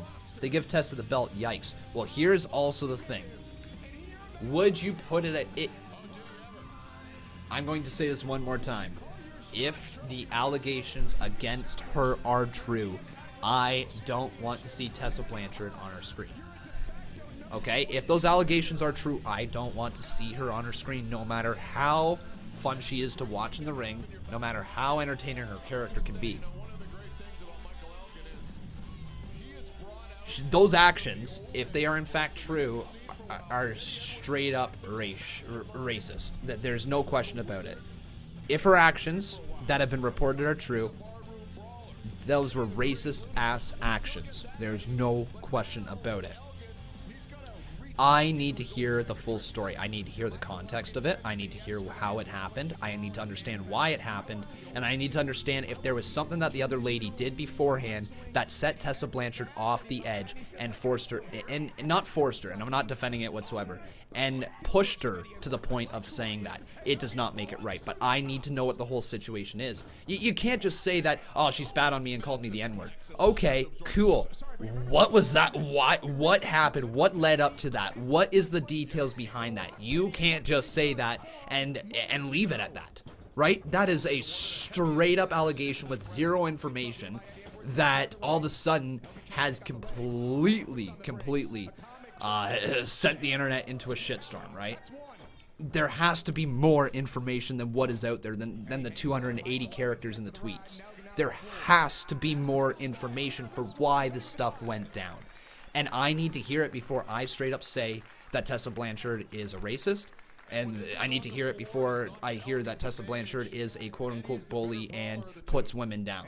Right? I need to see what this information is, because just as many reports coming out there that she was a prick in the locker room, there's just as many people saying that she has been super nice. And I know that if you are super nice to one person and a prick to another person, that doesn't take away from you being a prick to the other person, right? You were still a prick, so you are a prick in their eyes. You are a nice person in the people's eyes who you're nice to. So it's all subjective. Regardless, though, if she said that word, if she did those actions, then there's very few other ways to look at it. That is just straight up racist, and it does not belong, right? Now, and I also see a lot of, this has also been another thing. Sorry, this match is going on right now, and it's very, very entertaining. Eddie Edwards is in a lot of trouble here, as Elgin's going to look to power slam him, but Edwards slides down the back. The thing I see a lot of people saying is that this happened like 2 years ago. Why is this only coming out now? Well, this is a good life lesson for a lot of people as well. If you make enemies, don't be surprised when your enemies come back to bite you in the ass down the line. Right?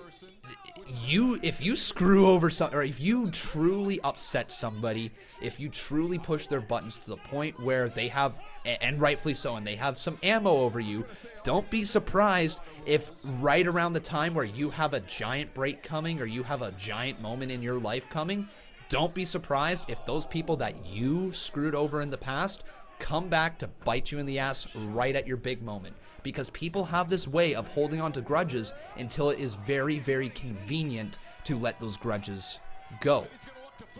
And I don't mean by letting them go as in it's all over. I mean letting that information out to the public and completely derailing somebody's career. And that is what has happened with Tessa Blanchard here. And it's, you know what? If she did it, again, she deserves to have it be brought up here now. She deserves to have it be mentioned right before the biggest moment of her life. Because if that is in fact what she did, she is a scummy piece of garbage. There's no question about it. But if it didn't happen, this is it. You know what I mean? Again, there's those allegations that if it didn't happen, then all of a sudden the biggest moment of somebody's career has all this, and one of the biggest moments in wrestling has been completely derailed for internet rumors, right? And if that is the case, that is the damn shame around this matchup. However, it might be true, and if it's true, I'm disgusted. Anyways, though, after a beautiful twisting neckbreaker there from Elgin on to Eddie Edwards, we throw this match back inside the ring, but I just realized, guys, I never asked you, who do you think will win? Jay Craig says, you are defending her. Do you want her to poop on you too? She doesn't even know you exist, weirdo.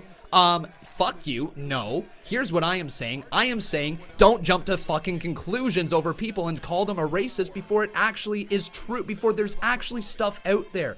That is the issue with the internet, everybody, and I don't know how else to word that. People jump to conclusions before the full story is out there. Let her say what it is. If she did it, if she comes out and say, no, that didn't happen, and people respond right away by saying, you lying piece of crap, that happened, well, then she's a lying piece of crap who's also a racist. But if it didn't happen, why are we bouncing all over it quite yet, right? We don't know. We don't. We have zero clue what happened. We are people online, not people who were there. And all we know are tweets from Chelsea Green that accused her of bullying, and I forget who the other person was that accused her of this event happening. I don't know how else to word it, guys.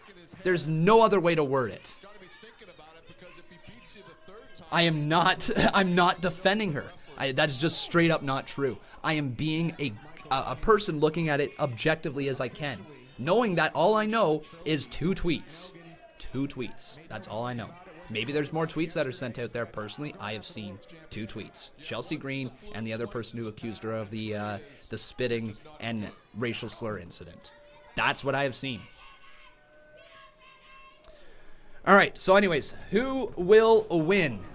Hashtag hard to kill. So, who will win? Is it Elgin or is it Edwards? Let me know, guys. Head on over to twitter.com/Conman167. And also remember, make sure you smack a like button on this video if you guys are enjoying what it is that I am doing right here. I didn't see Tessa's statement issued last night. Let me look that up right now, okay? So that is new information that I have not seen. So give me 2 seconds to see that. Whatever she said. Let me just take a look. Wow, here you go, guys. Right here. Now, whether we believe it or not is, again, something else. I need to hear some more stuff on this.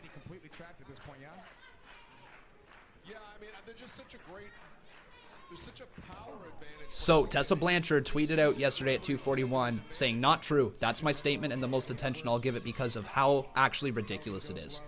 So, there you go. That's her statement. If it proves that statement is true and that she's not a liar, right? Because, put it this way, if she is a racist, I wouldn't put it past her to be a liar either, right? I wouldn't put her past her just to be a overall crap human being if that is how she is. But if it's not true, guys, how silly will you feel if it isn't true? How silly will you feel if you were the one spewing hate towards somebody when then what was said wasn't even true, right? Think about that before you go out there tweeting at other people and calling them a racist. That's all I gotta say. Get the full information before you actually comment on it. Sorry, Jason Dalton, but this is just, it's a big thing to talk about, right? This match has been very, very good, and I will have to turn my attention back here to the matchup because we have been talking about this for just a little bit. And again, I know how this seems, guys. I am a white man, right? And I know that I should not be able to speak on this situation, but I'm trying to hit it with the most objective way that I possibly can because I do kind of have to cover it here today. It's an Impact stream. It's one of the most talked about events going on in wrestling right now, right? I am not trying to say, again, I'm not trying to say that it is okay. I'm also not trying to say that what has happened out there and everything that is said out there is true, right? We don't know, and that we need to get to the bottom of it. We need to figure out exactly what actually happened before everybody just starts going headhunting for Tessa Blanchard, right? If she is a racist, go right ahead. Enjoy. If you need to spew hate towards somebody else, enjoy it. If that's how you need to do it, might as well be against a racist, right? But again, practice what you preach. Try to act like a decent human being as well. And if she is racist, well then, you know what? Maybe we just don't watch her stuff in the future, right? And we annex her from wrestling. Anyways, nice little suicide dive there from Eddie Edwards. And it looks like Edwards is maybe going to start flying back into this matchup as well.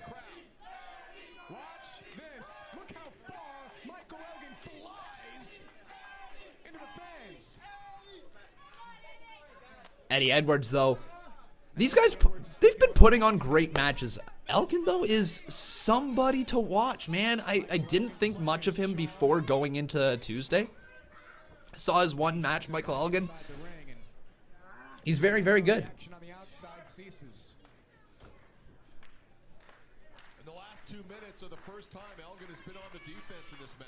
Yeah, Elgin usually goes right after his opponent. Oh, back elbow right there delivered.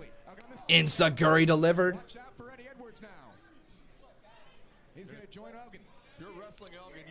Michael Elgin all the way up on the top rope, pushes down Eddie Edwards' boot to the side of his face. Insaguri from Edwards. Man, Edwards can get up there. And man, Eddie Edwards got something in mind. What is this move? What is this move? Oh. Well, one sec. I kind of want to hear that as well. This is a very...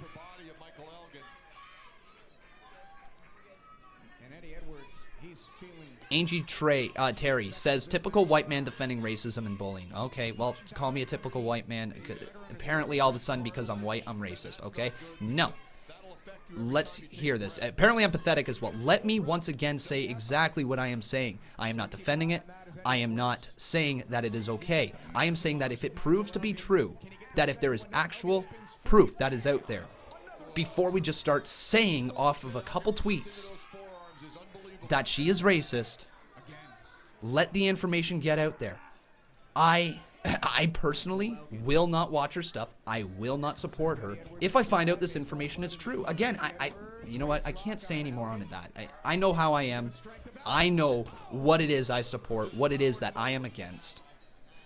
And put it this way, I have said thousands of times this stream is absolutely welcome to everybody. There is zero bigotry, zero racism, any of that. Nothing like that of sorts allowed here in this live stream. The stream is for everybody, and I want everybody to feel welcomed here. Anybody who goes out there trying to divide people based on how they look, how they act, how they are not good people. If you choose to segregate a certain race, if you choose to act a certain way against a certain race because of your personal feelings towards the race over God knows what, you are a scummy human being. There is zero defending going on for me here. There is just realism. There is just noticing the fact that social media is not the end-all be-all, and what is on social media is not true 90% of the time. Let the whole story happen before you go judging. That's all I gotta say. Oh my God, Elgin back into the corner, some more clotheslines right there. Elgin now. Looking for a suplex. Eddie lands on his feet. Oh, big time back elbow. Guys, I'm not defending racism. I'm not. How the hell are you getting that from me? Racist freaking suck. It is that simple. I can't do this anymore. Guys, I'm back to the matchup. Holy moly, freaking moly. Elgin right there goes over. Brain buster delivered. Cover 2. Kick out by Edwards.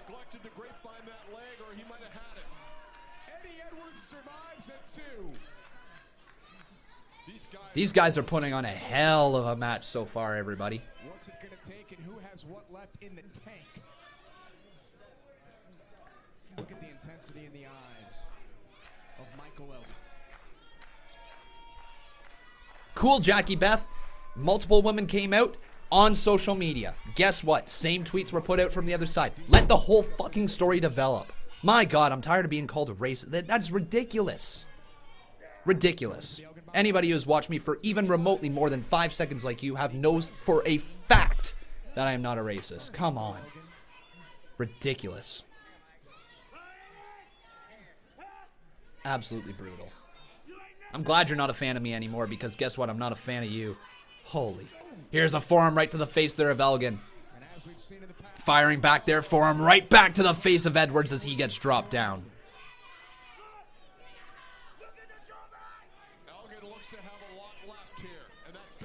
And Elgin, man, after a giant forearm, he's ready to put this match away. Let's take a quick look at the polls.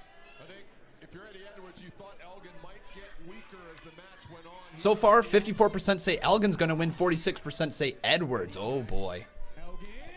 Oh, and a forearm right back to the face there of Edwards. And, man, guys, as we close into the end of this matchup, showing so much heart and determination tonight, but at what point on should he just stay down? I don't think that's in Eddie Edwards' makeup. Jackie Beth, please put it on Twitter so I can shut your ass up. Are you serious? Are you freaking serious? Who? This is the... Jackie Beth, you fucking tard. This is the type of guy who likes to molest women? That's what you think of me? Who thinks it's okay? I'm putting this on Twitter. Put your ass on Twitter. Call me that. Say I molest women one more time. Say I'm a racist one more time. You fucking tard. Unbelievable. Unbelievable. I have never had myself called this stuff over anything. This is ridiculous. I don't know what else to say about myself. Fuck you. Big right hand there across. Nice move again. Edwards off the ropes, goes for a clothesline. Oh, and another clothesline right there. Back into it. Tiger bomb delivered. Cover 2. Elgin kicks out.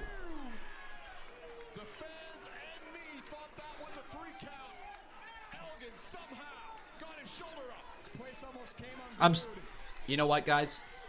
I apologize right now to every kid watching, to everybody who doesn't like that language. I am sorry to each and every single one of you. That person got to me.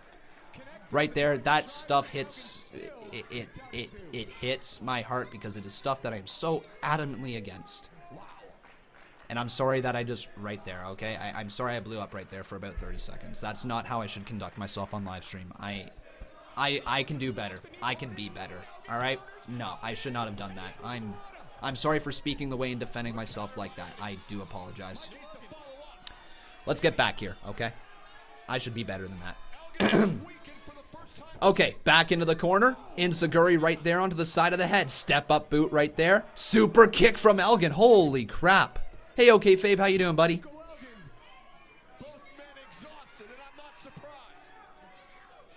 Elgin dropped to one knee after a trifecta of kicks to Eddie Edwards. Oh boy.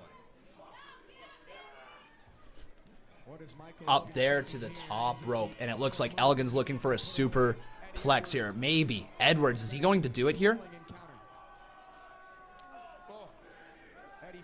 Back elbow. Edwards once again delivered. Another forearm to the face right there. Yeah, Riley Anthony, I got to be better at that. He got to me. There's no question he got to me, guys. It takes a certain person to get to me, and that person found me. It is what it is. I apologize once again. We're back here. We're all good. We're all happy-go-lucky, and we're all loving some Impact Wrestling. Take a look, though. What is about to happen? Elgin. Oh, my God! Oh, that was nasty. Cover 2. It's no. Edwards kicks out. What? Edwards just kicked out of that. Holy moly. That was not a super German suplex. That was a super inverted suplex, an inverted suplex off the top rope. Holy crap. What a move. Off the ropes, Elgin, clothesline, delivered to the power bomb, spinning, no, what, Elgin, oh my God, Razor's Edge, power bomb, good night Edwards, 1, 2, Elgin can't get it, whoa, Eddie Edwards refuses to die, Eddie Edwards refusing to go away. Michael Elgin, though, looking like he belongs in the revival. This dude, it's freaking awesome. And does Elgin have what it takes?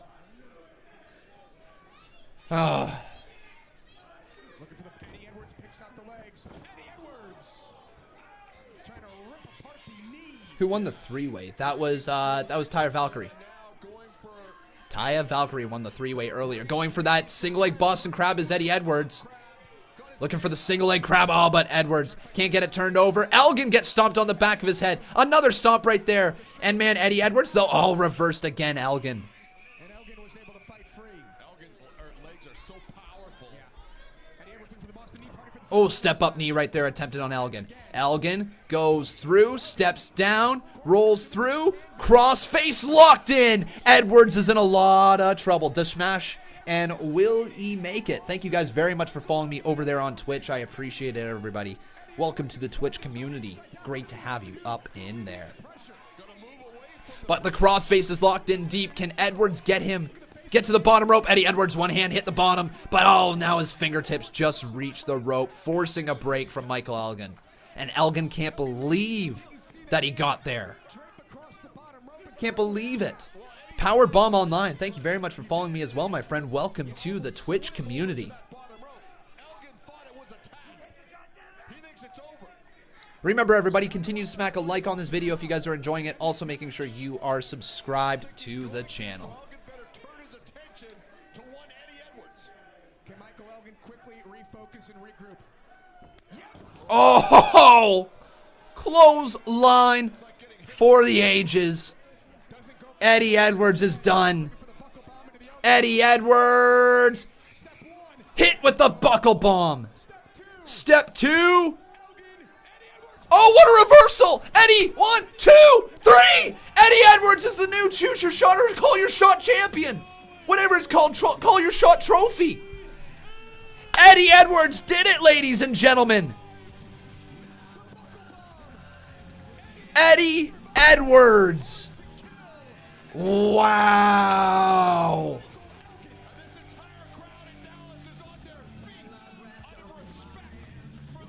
Unreal. Eddie Edwards, nicely done. So now he gets to choose his shot at any time.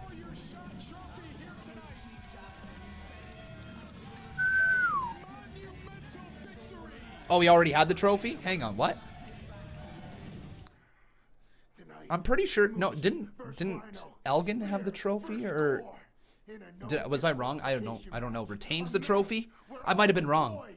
I thought that Elgin had the trophy. Once again, guys, I just came into watching Impact Wrestling this past Tuesday. So was it Elgin that was fighting for the title, or the trophy? Yeah, I think so then. Oh, Elgin stole it. Ah, right, okay. Okay, that's what it was. When I rip you in half with a gore. Man, Rhino bringing that intensity tonight.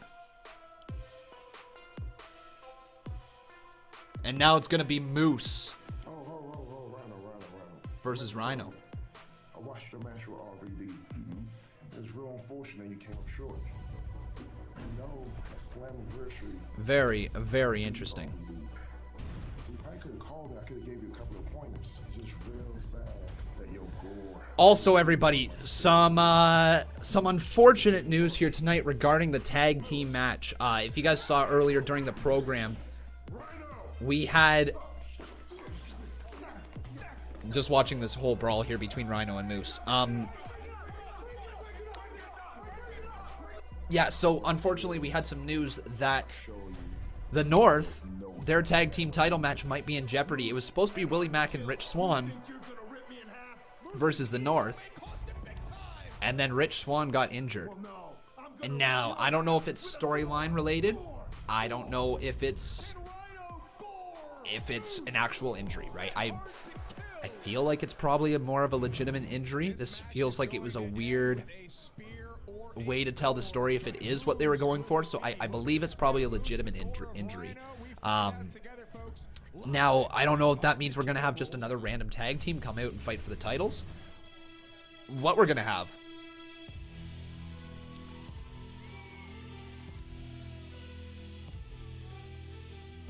Gotcha. Edit won it at Bound for Glory. Elgin stole it. Eddie retains. Okay, thanks, buddy.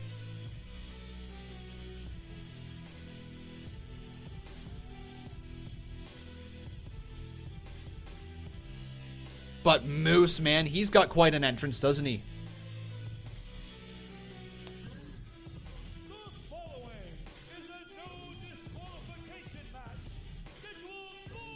Man, Moose has a pretty cool entrance.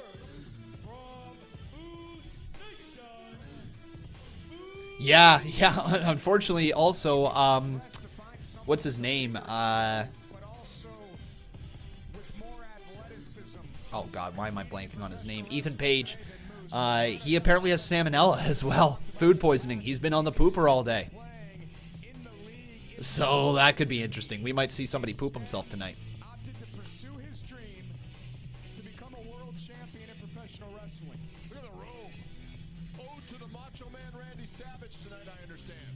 Very, very interesting match ahead.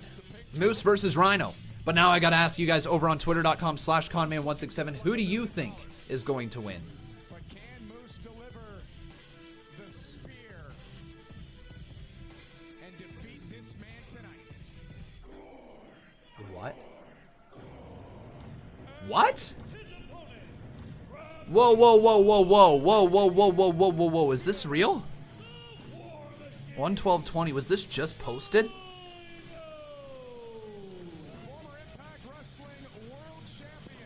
Whoa, ladies and gentlemen, we might have just had some giant breaking news right here.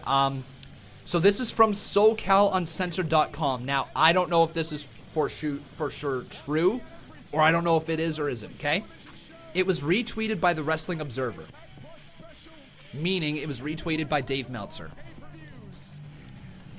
Brian Cage has signed a multi-year deal with All Elite Wrestling. SoCalUncensored.com has confirmed with multiple sources. No start date was given, but we were advised soon. The former Impact World Champion and Lucha Underground Gift of the Gods Champion went to a no contest with Rob Van Dam earlier tonight at Impact's Hard to Kill pay-per-view. Cage, who became a free agent when his contract with Impact expired, reportedly received offers from Impact to stay and an offer from Ring of Honor, but decided to go with AEW. The Ring of Honor contract offer is said to have been for the highest dollar amount, but they do not offer the exposure that AEW currently has. It was not revealed to us when Cage would debut for AEW. He almost appeared in the first Casino Battle Royal at AEW's Double or Nothing pay-per-view on May 25th, but he was prevented from appearing by Impact's Don Callis, who didn't feel it was in their best interest to have their world champion lose in a pre-show Battle Royal. Fair enough. With his pedigree, Cage would be considered one of the top free agents to hit the market recently. After beginning his in-ring career in 2004 in Sacramento, Cage has wrestled for Impact, AAA, Lucha Underground, Pro Wrestling, Noah, and Pro Wrestling Guerrilla, among others. In 2019, he was ranked 48th of the Pro Wrestling Illustrated 500 and was nominated for the Southern California Wrestler of the Year for the second consecutive year. On April 28th, Cage defeated Johnny Impact to win the Impact World Heavyweight Championship, and his championship reign lasted 180 days before losing to Sami Callihan on October 25th, 2019. We are told Cage's signing with AEW should not affect any of his previously scheduled independent wrestling bookings. He is scheduled to face David Starr at Bars Wrestling Interpromotional Show with GCW on January 23rd, 2020. So, wow. It sounds like, folks, that article sounds like we're going to be losing Brian Cage to AEW. Big loss for Impact if true. That's actually a massive freaking loss. Yikes, yikes, yikes. I don't know how they're going to replace Cage. I don't know who you replace Cage with your big muscled man on Impact. Impact's going to have to sign some people, you know. Anyways, guys, let's get this going on over here on twitter.com/Conman167. I want to ask you guys, who do you think is going to win? Oh. Well, that'll change the direction of this match. Watch this. We heard that from ringside. The thud of Moose's massive body. Unbelievable. All right, everybody, I just released a new tweet. Says Brian Cage is reportedly going to AEW. Hashtag hard to kill. Please make sure you go on over there, favorite, and retweet that one. Let's get that information out there. Also, everybody, let me ask you, who will win is the question. Hashtag hard to kill. Man, nice little shot there across the back of Moose. Moose told me earlier he wants to get on his PJ as soon as this show's over. So what's a PJ? It's a private jet. So again, guys, twitter.com/Conman167. Go vote in the poll. Yeah. We should get one of those. Yeah. Moose in pursuit of Rhino. The Con family has a lot of money, that's for sure. That's for sure they do. Hey, Wally Hijaz, man, I need to just let you know this right now. Please just hear me out. Around the 15th of every month, okay, man? I know today or tomorrow is the 13th, but we try to keep it around the 15th, so the draw will be happening on Wednesday, okay? I don't think I'm going to be doing it on Monday, but if I am, I will let you guys know during Monday's stream, okay? Rhino, it's a lot of time, Don. A lot of time the Moose has allowed. But Moose, man, trying to build up something with this table here. And I don't know who's going to win this match. I'm going to say Moose, right? but maybe Rhino picks up the win? I don't know. I thought these two were going to go back in the ring, but no, look at this. Uh-oh, what's Moose thinking? What is Moose thinking right now? Looking to lift Rhino up, but Rhino gets down there. Moose lands face first on the side of the ring. Man, he hit hard right there. Remember, everybody, if you could please make sure you leave a like on this video. Also making sure you are subscribed to the channel. And also consider dropping a little dono if you guys truly enjoy what I'm doing here tonight. Oh my god, Moose! Moose! Moose is in trouble! Moose put right through the table! Down goes Moose. Moose. Moose just got wrecked by Rhino. It literally just disintegrated, the table did. Boom. Table just went away. Just poof, gone.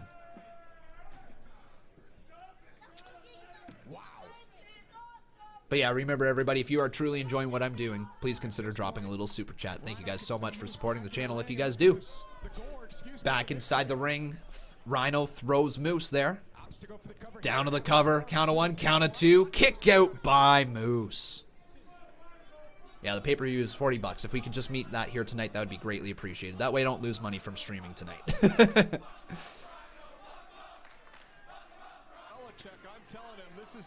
But Rhino's getting a steel chair out now.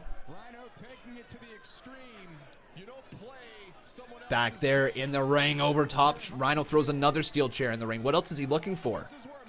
There's like 1, 2, 3, 4, 5 steel chairs in the ring. And he's got another one.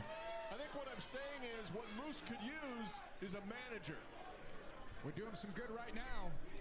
I'm available, you know, for the right price. Oh, absolutely. And the right talent. And Man, oh, big old can shot attempted there from Rhino, but Moose counters that with a straight right to the gut. Rhino momentarily, and now Moose taking advantage of the weapons being introduced in this match, courtesy of Rhino.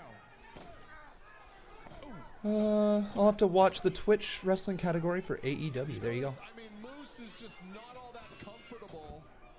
Oh, nice senton delivered. He's not as effective when he swings them as Rhino is, for good reason. But now Moose back towards the center of the ring. Moose, he rarely goes up top. Slower match. This one definitely is not flowing like the other matches. This match honestly didn't excite me beforehand. However, it looks like it's already a pretty hard to hit match. Moose going all the way up, drops the elbow down onto Rhino. He's going to go down to the cover, hooks the leg, count of 2, kick out by Rhino. Yeah, I'd be honestly quite surprised if Moose loses, but I think that they're trying to set up Rhino for something. Rhino can still work, right? And Rhino still has name value. He was in WWE not too long ago before getting released and going on over to Impact. They could have big things for Rhino. They might not, though. Moose, one more time. Rhino's gore is a thing of beauty, though. So if he can hit the gore here on Moose tonight, that's where you're going to see the win. And honestly, the whole story has been Rhino saying he's going to gore Moose, right? He's going to split him in half, right? They just don't really like each other. So maybe he'll hit him with a gore. Primitive, I do UFC live streams, but just not all the time. Put it this way, I don't necessarily want to eat up every single one of my Saturday nights by streaming the fight cards, or the fight nights, I should say. The pay-per-views, I try to stream the big ones. So this next Saturday, I should say, I'm streaming the McGregor fight. And in April, I think it is, I'll be streaming the Khabib fight. WWE fan, thank you very much for following me over on Twitch. Nice to see you, buddy. Uh-oh, looking for a superplex right on the steel chair. Uh-oh, Moose hit so hard. He fell right on a pile of chairs. Now to the cover. Hooks the leg. 2. Kick out by Moose. Moose.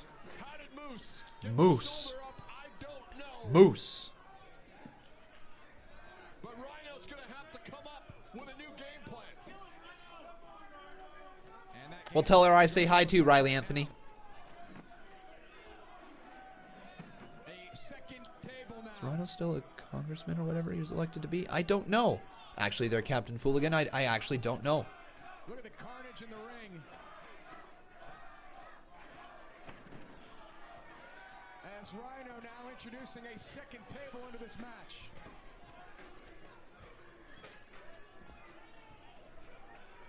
What? Rhino setting it up in the corner. Don, we don't have to explain what that's for. We do not. Rhino now in the corner. This doesn't look good for him.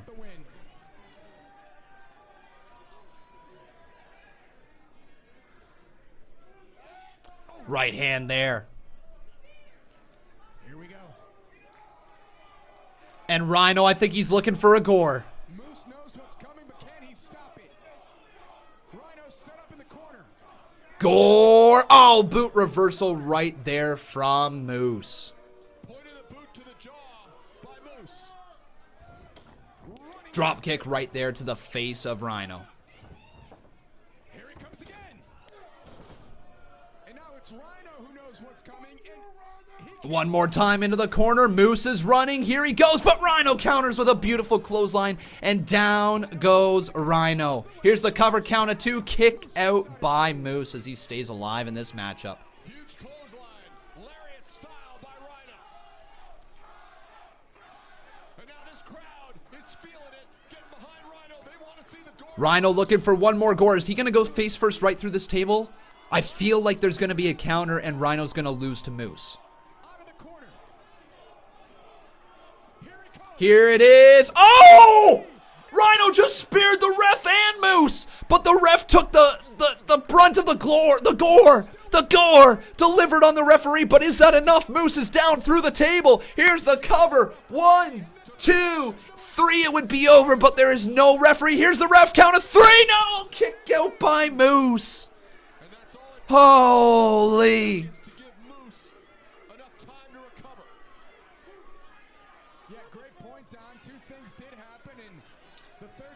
Wow, everyone.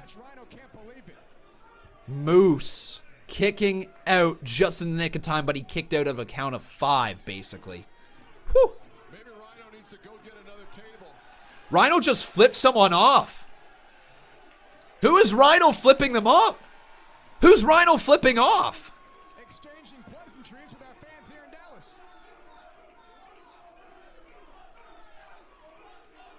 Pulling Moose off the canvas. Oh, low blow from Moose. Oh, no.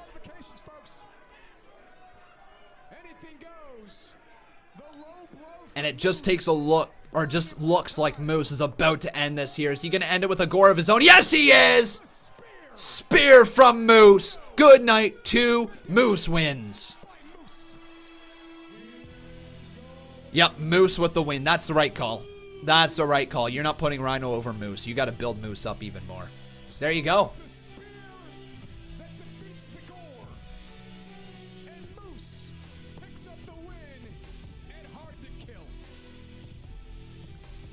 Yeah. A hard-fought victory by Moose. Moose. Pulled the referee, the original referee, in front of him to avoid the gore by Rhino, and then delivers the... This is a good match, man. It was a good match overall.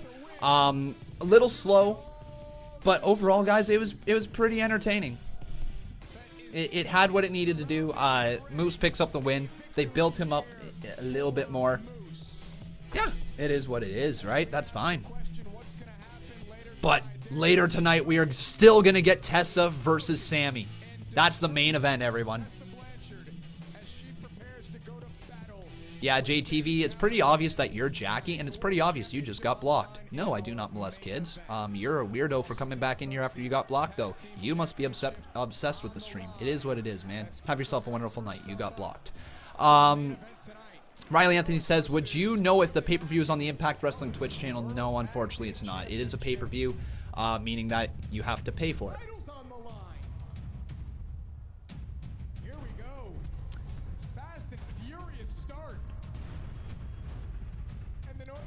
But I wonder what's going to happen here with the North, right? I really am wondering what's going to happen.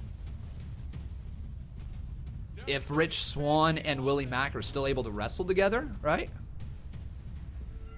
Willie, I couldn't even imagine what you're going through watching him become the biggest star in Impact Wrestling. Yeah, like, is this match actually going to go down? Because I know Rich Swann did get injured. Very interesting. Yeah, a little bit. Hey, NYC Mac, just a little bit. This is the type of people I deal with here. Then I've got Vimal back in here. Oh boy, these people here tonight. There's something else.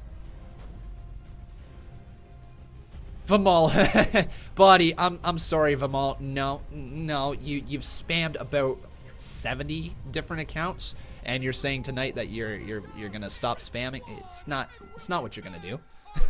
I'm sorry. You've done it. You've done it 70 times. He ain't gonna leave you.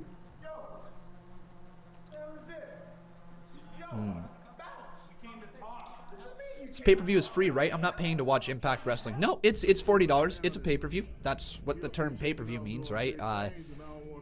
If it was not a pay-per-view, if you didn't have to pay, they would say it's a free per-view.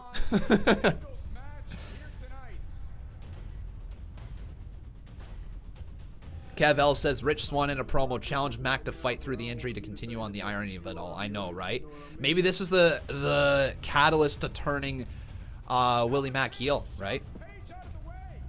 Don't ever think that you're dragging me down. No, I'm not. Don't worry. We're not getting copyrighted, Charles. I'm okay. I know what it is that I can do, what it is that is not allowed, right? I've been doing this for 3.5 years now. Is it 3.5 years I've been streaming WWE? And been on YouTube for over 7. Yeah. And with Rich Swann unable to compete tonight after the injury he suffered at the hands of OVE this past Friday night at Bash at the Brewery, this is going to be a tough match for Willie Mack against the World Tag Team Champions. No way. So it's going to be just Willie Mack? You got to freaking... Under no circumstances can I clear you to compete tonight. Man, well, at least let me go out there and support my boy, bro. Rich, I can't even let you go to the ring. I know how you are. As soon as Willie's in any trouble, you're going to jump up on the apron. You're going to be a liability. That's not true, to bro. yourself, That's to not this true. company. I need to at least be out there to support my boy, bro. Rich, listen to the doctor, man. Do what's best for you, because I see right now, you went in there, you won the #1 contendership when I had my leg messed up, dog, and now I guess I'm going to have to pull my end and go out there and win them tag titles by myself for us. But I need you to do what's best for you. All right, man, I trust you. We got this, we got this. All right, go out there and kill it, bro.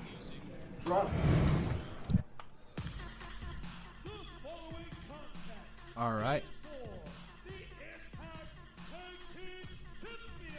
So it's going to be a 2-on-1 handicap match for the Impact Tag Team Championships, featuring my boy Ethan Page. All right, Willie Mack.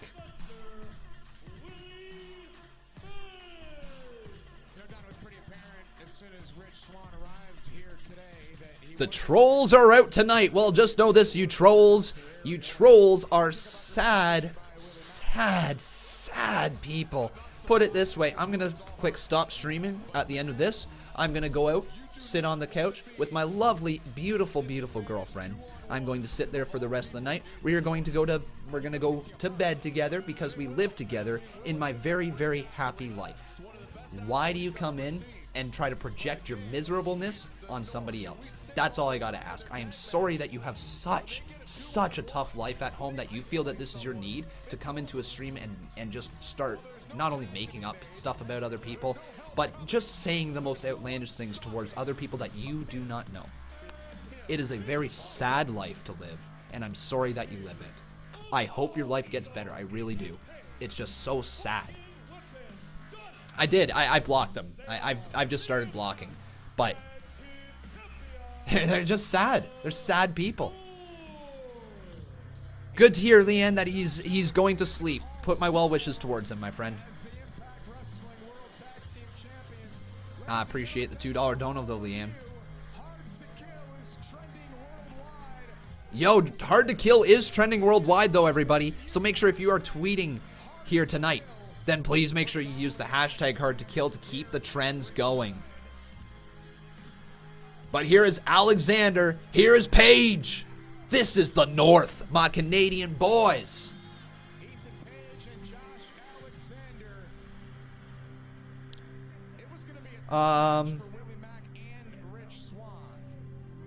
So Murky Yoba says, I can see Rich turning heel. Maybe. I know that there's been a lot of speculation with potential heel turns tonight, right? A lot of speculation.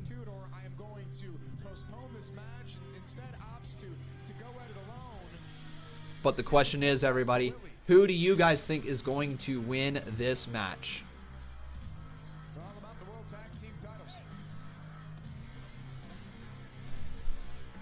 Waleed asking me, do I enjoy streaming WWE or Impact Wrestling more? I mean, I've only streamed, this is only just my second Impact stream. I'm going to say WWE right now. We need to have more weeks in a row where it's this entertaining, right? It's been entertaining, you know. I will be pumped to watch it again this Tuesday. And I hope you guys are as well. Right now, I'd have to say WWE, but that's because I've been streaming it for 3.5 years. I've been watching it since I was 10 years old, sort of thing. All ego Ethan Page, my friends. So the North, or will it be Willie Mack? Is it M-A-C-K or M-A-K? One sec. It is M-A-C-K. Yeah. Mac. Where is he? Okay. Twitter.com/Conman167. Let me know, guys, who you guys think is going to win.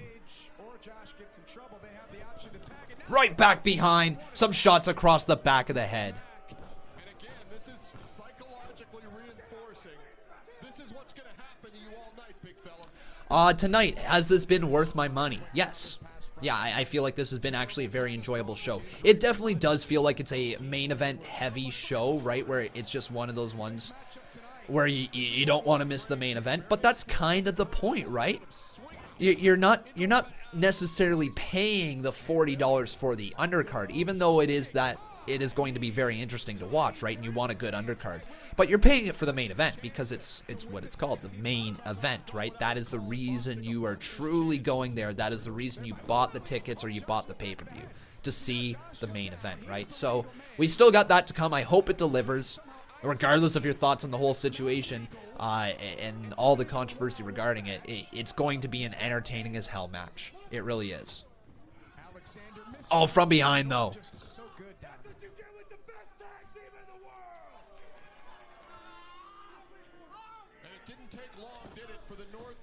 Oh, my God. You got banned. That didn't take you long.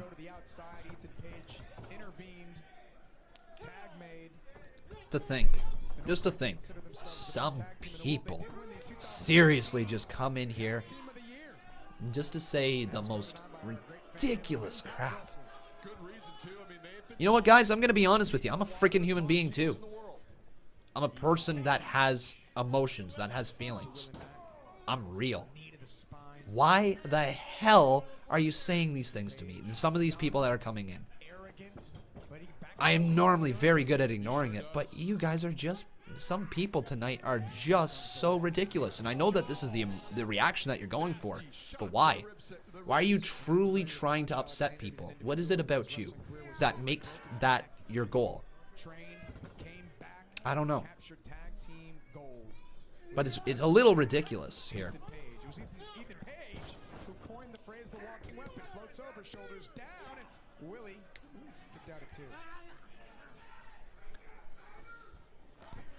Right there, though. Underhook right along with Josh Alexander. He's got it locked in. The side headlock on Willie Mack.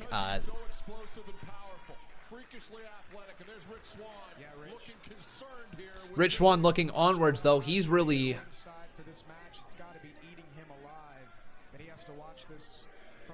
He's really having to watch closely, Rich Swann, man. He is not happy that he can't compete in this matchup, and rightfully so.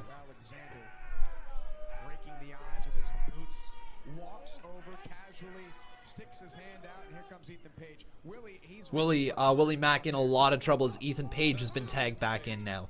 And man, There's no one holding that tag rope tonight for Willie. Just a unfortunate circumstance. Just give me 2 seconds here, guys. I'm just gonna pop off camera for a second. He's been through a lot in his life, but I don't know if any of it prepares him for going 1-on-2 against the North. Calls himself Chocolate Thunder and delivers a DDT out of the corner, but Ethan Page can go over there and make the tag. Come on, Willie. Oh! Tremendous clothesline there by Willie Mack. You just have to think, Don, how would this match be different if Rich Swann were not injured? Well, I'll tell you how it was different. I had picked Rich and Willie to win this match. Okay. And Willie Mack. There you go. Right into the corner. Willie Mack throwing some big old clotheslines there. Willie sizing up Ethan Page. Oh, senton from Willie Mack. He lands on his feet. How the hell did Willie Mack land on his feet? There you go. He's got Josh Alexander driven to the mat with a Samoan drop. Willie Mack, is he going to kip up? Yes, he does. Willie Mack, man. This big man can really move, can't he? Look at this moonsault. Oh, but Ethan Page pulls Josh Alexander out of the way. How many times have we seen Ethan Page keep a match going for the North? Say what you will, that's just smart tag team wrestling. Oh. There you go. Meeting of the minds between the champions. Kick to the midsection. Overhead clubbing blow. Off the ropes. Big right there. Rowdy Hunter says, how cringe are the super stickers? Yo, don't you be insulting our boy Reginald. All right, Reginald, the pair looks super duper. All right, Reginald comes in with those big old smiles, those big old cheeks, and he has himself a wonderful time. Through the middle rope, Ethan Page, right there. But thank you so much there, Rowdy Hunter. I appreciate your $2 dono. Really appreciate it. Willie Mack driving a forearm right into the face of Josh Alexander. Off the rope, step up bicycle kick right there to Josh Alexander. Well, he's got Ethan Page down, Don, and he's got his attention on Josh Alexander. Josh Alexander gets his boot up though. Enziguri to the side of the head. Alexander goes through, caught by Willie Mack and hit with an exploder suplex over the top of his head. And oh, this could be it for Josh Alexander in the North for the titles. Count of 2, kick out by Alexander. That was close. It was. Starting to get the feeling that maybe Willie can pull this off. If he hits this, it's over. Uh-oh. This might be it, folks. Josh Alexander is far away from... Is Willie Mack gonna do it? No. Alexander was down, but Ethan Page gets dropped down now off of his feet, but a right hand from Alexander catches Willie Mack, and Josh Alexander seemingly gonna put an end to Willie Mack here tonight. Driven face first right into the turnbuckle. Beautiful move there. Willie Mack driven down into the mat by Josh Alexander. Float over, oh my God. Oh! Good night, Mac. And I think that's going to set up the finishing move here. Double neutralizer delivered. Willie Mack is done. 1, 2. Oh, Willie Mack kicks out. Willie kicked out. How did he kick out? Well, look at the North. They don't lose focus. Alexander goes right back to the corner. Sticks his hand out for Ethan Page. Tag has been made. Back comes Alexander. Went to that far corner, the corner of the North for that 6-star. If he goes into another corner, perhaps he's able to pull off the move. You're right. Good point. Can he do it? Can Willie Mack do it? Guys, do you think right now in the chat, is Willie Mack going to win? Yes or no? In the chat right now. Let's see how this chat explodes. I don't know what's going to go down. We're looking for a double suplex though on Willie Mack, but I think Willie Mack's going to reverse this one. Here he goes. Willie Mack now. Forearm right there to Ethan Page. Another clubbing blow. Headbutt there. Fights away Ethan Page. Josh Alexander's in a little bit of trouble right now. Alexander, a forearm to the face of Willie Mack. Another one, but a forearm right back. And uh-oh. Uh-oh. Oh my God. Willie Mack. Willie! Oh! Are you kidding me? Float over Canadian Destroyer! Float over Canadian Destroyer! Are you kidding? Willie Mack just pulled off one of the most amazing moves I have ever seen in my life. Holy shit, folks! Willie freaking Mack. But right into it, Willie Mack sends him over the top rope. Ethan Page is down, and Josh Alexander has a lot of trouble. Josh Alexander's done, but oh, what a senton there. Willie Mack takes out Ethan Page. Now back inside the ring. Come on, Mack. Come on, Mack. Willie Mack can do it. Come on, Willie. Willie Mack.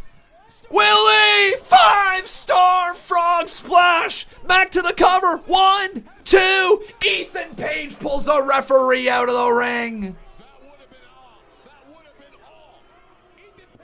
Ethan Page begging for him to ring the bell. Ethan Page begging for him to ring the bell. Willie Mack saying, don't do it. Willie Mack pleading with the referee. Don't disqualify me. Don't disqualify him. He doesn't want the win by disqualification. Otherwise, he doesn't win the title. Oh! No, it's not a DQ. Willie Mack saying it's good now. We're still in this matchup. Ethan Page wants the DQ for pulling the referee out of the ring. But now Ethan Page back inside the ring. Willie Mack was right after him. Ethan Page sees his opportunity. Here he goes. Misses the clothesline. Mack. Kick to the midsection. Turned around. Discus boot blocked there from Page. Boot to the midsection. Stunner! Stunner! Stunner! Alexander. Kick to the midsection. Stunner. Super kick delivered to Mack. Forearm to Mack. Kick to Mack. Forearm to Mack. And now we're going right into it. It looks like we're about to see the North. Can Alexander do it? Josh Alexander. Oh! Good night, Willie Mack. 2. They retain. The North retains. Oh. Willie Mack tried. He tried. But he failed. We got ourselves some donos right here. Charles Wright, who is always right, says, you do great and awesome content, man. Trolls are jealous. I'm here to support you no matter what. Burn those trolls down, Conman. Thank you so much, Charles Wright. I appreciate the kind words. Yeah, I'm struggling a little bit tonight. Yeah, some people have gotten to me with some things that were said. It's just, I just know who I am. It's just, and I know what I stand for, and it's just so ridiculous to have people come in and say those things about you, right? People who don't have a damn clue who you are, who obviously are just looking for a reaction. They got it tonight. They definitely got it from me tonight.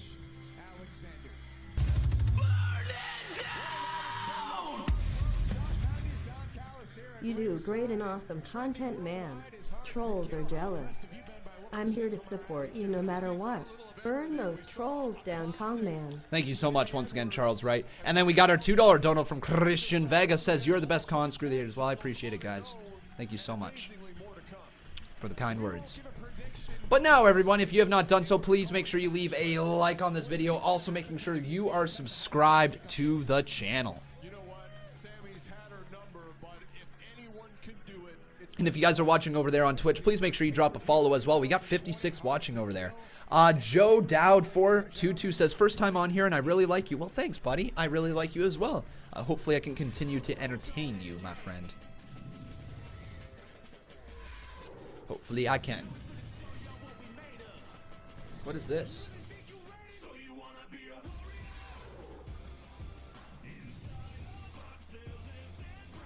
There's some sort of promo going on for Impact. What is it? April 2020. Terminal 5. New York City. Impact Rebellion. Yo, April 2020. That's the next pay-per-view. Rebellion. Yo, we got Rebellion in April. All right, so that is the next time that Impact Wrestling is going to be live on pay-per-view. Woo! This April, everyone. Ladies and gentlemen, it is now time for our main event, the match that we've been waiting for. History about to be made. History is about to be made, everybody. Tessa Blanchard. Let's take a look at the history between these two.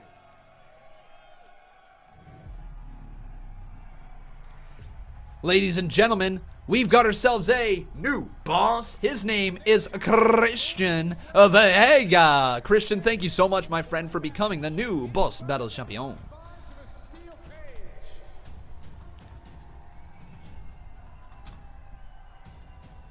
New boss, baby. And it is time for main event. I agree for the most part there, Jamie Todd. I don't think that you need to do super short ones. I think if you have one in almost every month, I think if you aimed for 8 pay-per-views a year, right? As opposed to, or maybe not 8, maybe aim for 10 a year, right? Just aim for 10 and allow yourself 6-week builds to WrestleMania, allow yourself 6-week builds to SummerSlam. And then that could kind of maybe offset the other pay-per-views. The only problem is within WWE is that they've just got so much going on now. I mean, there's going to be a Saudi Arabia show right before WrestleMania, I'm pretty sure. Like, it's crazy. But it is time, everyone, for the main event. Tessa may think she has this all figured out. She's smarter. I don't really stop by this channel, but the times I've been here for watch-alongs, I've enjoyed them. Kudos, my dude. Well, I'm glad that you have, my friend, and hopefully I can continue to create better and better content so that you want to come back for more watch-alongs. Thank you so much for stopping in, man. It's nice to see you. Steve Taylor says WWE is supposed to be going back to Saudi after the Rumble, and then the Chamber and Fastlane and Mania. Is that how the slot's supposed to go? Okay. Yeah, I knew that they are heading back to Saudi next month in February sometime. Or sorry, they had an international pay-per-view in February. Everybody was hoping for the UK. WWE gave us Saudi Arabia. Personally, it doesn't matter to me, right? I mean, at this point, I know WWE's got a 10-year Saudi Arabia deal, right? It's blood money. It is what it is at this point. The only way that I can look at it at this point, WWE is going to be going there regardless, so you might as well get some good out of it. And the good that we had the last time was the first ever women's match in Saudi Arabia. Hopefully there'll be more the next time they go. And it just will eventually, you know, maybe help. But you know what's really kind of scary is all the tensions with the WWE. You know what, this, I don't even want to start thinking about this, but it has actually some real world implications here. I know Saudi Arabia is an American ally, but if you have a massive WWE event in Saudi Arabia, that could be bad. That could be dangerous. I hope that there's no war on the premise, you know? Anyways, we don't need to be talking about that. We're about to see a war of our own rights between Tessa Blanchard and Sami Callihan. The time for talk is over. It is time for Sami versus Tessa. Now, everyone, I need to know from you guys, who do you think is going to win? And this is going to be a tough one to predict. A few days ago, the entire wrestling world was seemingly in agreement that it was going to be Blanchard.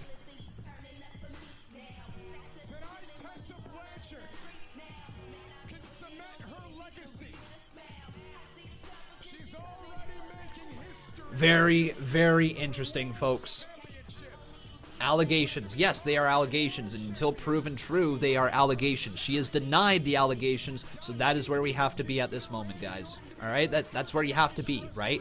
If you're going to take word from somebody on Twitter from one person and not accept the other person's rebuttal at all, like, you know, when they say they denied it and that's it, that's all the comment is, then there's more to the story, right? That's just what we need to know. At this given point, they are absolutely only allegations. You're right, the crowd reaction was dead because I'm not sure how people feel at this moment about Tessa Blanchard. But here we go. Who will win is the question. Hashtag hard to kill.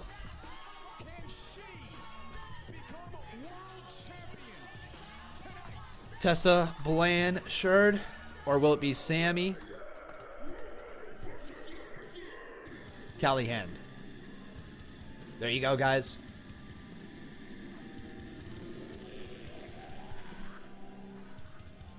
The ultimate villain, King Cobra. The antithesis of everything Tessa Blanchard stands for. All right, everyone. It is main event time. And I know you guys are all excited for this one, as am I. Sami Callihan is here. The draw is here, and it's the main event. Also, everyone, this is also not very good news if we're, I mean, I can't say good news, sorry. This is not very positive looking news for Tessa Blanchard that this is from Sean Ross, says Tessa Blanchard will not be talking to media after tonight's main event. We know it's because of all the allegations that are out there right now, but what's kind of disappointing about it is that would be the moment to go out there and if it's not true, to shut them down. Hearing that she will not be talking to the media is very disappointing. Could be her own reasons for it. You know, maybe she just does not want to address it anymore because it's not true, right? And she's not going to even lay into the rumors anymore because she knows it's not true. But what it seems like slightly is that there might be more to this story than potentially she's letting on, right? Anyways, it's our main event. That's a little disappointing to see that right there. But it is. We'll find out. There's still more to be told, right?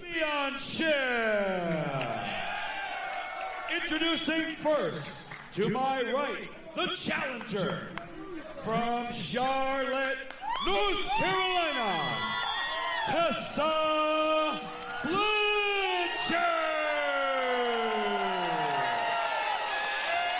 The real MM man isn't.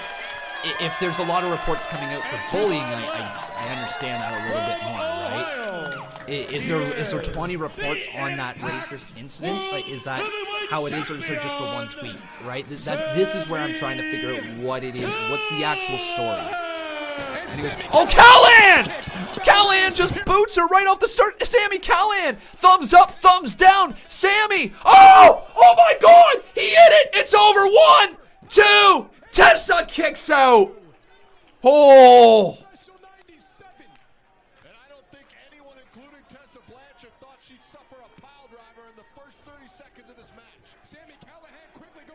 Sami Callihan almost put Tessa Blanchard away right away. Thumbs down. Oh, Tessa. Are people booing her? This is what I need to hear. Oh, Magnum! Magnum! Magnum! 1, 2. Callihan kicks out. Oh. Wow, we are just a few minutes into this match and both superstars have hit their finishing move already. They have already hit a high ceiling. It is tough to come back from. You can't. It's tough to sometimes start a match out high and then get the crowd completely into it long term. Oh, they both sat up. Blanchard and Callihan, forehead to forehead as they stare deep into each other's eyes. Kiss already. No, I'm joking. Don't kiss. I don't want to see that in this matchup. Tessa Blanchard. Oh, they just flip each other off, literally putting the middle finger right up against their face. Wow. And now off the ropes, Blanchard. Blanchard moving around. Goes for the Hurricanrana delivered, and down goes Callihan. Off the ropes, Tessa Blanchard. Oh, right hand missed there by Sami Callihan. Tessa, big drop kick delivered, and down goes Callihan. Off the ropes again, Tessa Blanchard. Suicide dive delivered right there. Now back inside the ring, Tessa Blanchard. Ready to go flying one more time. Here she goes for another suicide dive down through the bottom ropes, taking out Callihan one more time. Ready to go. Here we go. Callihan, take it. No, blocked. Beautiful block there. Power bomb attempt. Power bomb attempt. Hurricanrana throws him down. Tessa with a beautiful reversal.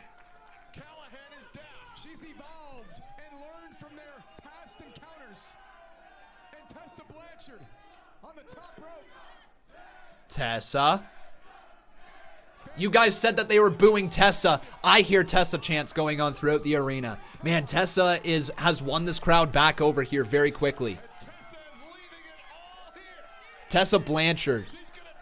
Can she win it? Do you think she's got this, guys? Yes or no in the chat. Like, is Blanchard becoming the new Impact champion here tonight?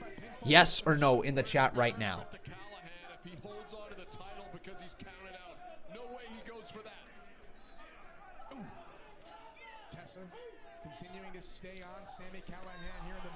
Oh. I believe that was some beer thrown right into the face of Tessa, and Callihan's not going to stop right there. Callihan's just going to take her right here, lift her right up, and drive her right into the barricade. Got some yeses, more no's. More no's. And now Callihan flipping her off again right in her face, and just blows his nose right on her. Oh, you can see the snot right across the elbow of Tessa.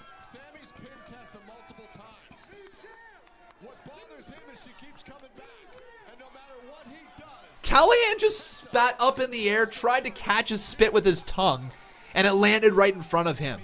Callihan is on another level. He's gross. And I think that's what makes him so freaking entertaining. He is gross. Look at that spit across the side of his face. Callihan now, right back on the outside. Trying to pull Tessa right there, working on the knee now. Goes right after the knee of Tessa and slams the left knee into the post. Remember, everyone watching right now, I could really use your help. Please like the video, okay? Everybody, please just smack a like. We got 384 watching right now. We've got 116 likes. Can we get this up to 200 likes? Everybody smack that like button.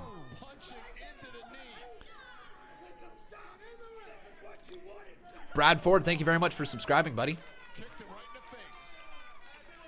Kicked in the face there was Callihan. Right back onto Blanchard. He didn't like that. He did not like that. Callihan. What move is this? He's got some sort of figure four leg lock kind of locked in. Jerion Barrientos, thank you very much for subscribing, my friend. And now he's got the figure four leg breaker locked in.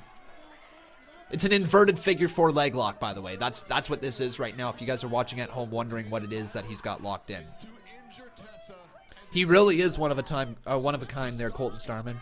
Really is.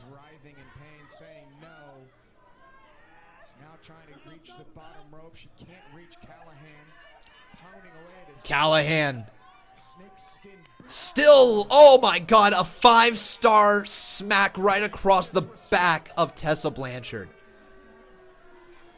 Remember what I said earlier, folks, that if Taya retained the title, that there was a very good chance that Tessa would win the title in the main event. Let's take just kind of like a look at how this show has ran. We didn't get a new X Division champion. We didn't get new tag team champions. We didn't get a new women's champion. So, honestly, all we had for shocks was Madman Fulton tapping out to Ken Shamrock. And that's basically the only shock that we've had here tonight. No title changes. So I wonder here tonight if this is supposed to be the title change. If this is supposed to be the big moment.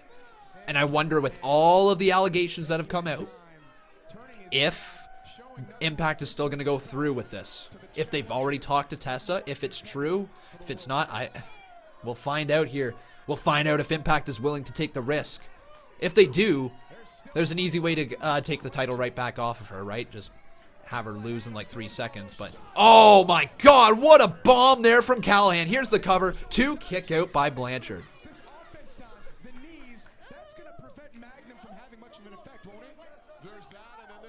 Man, Blanchard is really struggling here tonight. And who's that? Jake Deontay, thank you very much, my friend, for subscribing. Welcome to the channel. Remember, once again, guys, if you are enjoying what it is that I'm doing here tonight, you can always make sure you consider leaving a donation. Any little bit is appreciated. This pay-per-view is $40 here tonight. If anybody would like to support the channel so that we could at least break even, that would be greatly appreciated. If not, sit back, relax, and enjoy the rest of Hard to Kill, as Tessa Blanchard is in a really, really tough situation. Sami Callihan working on the left knee, which takes away from Magnum, her finishing maneuver. The top rope code breaker, if you will. Nope, it's not required for a great show. It absolutely isn't, Nick G. You're 100% right. It's not required for a great show. But just continuing to work on the left knee, man. Tessa's knee is really, really, really struggling. Oh!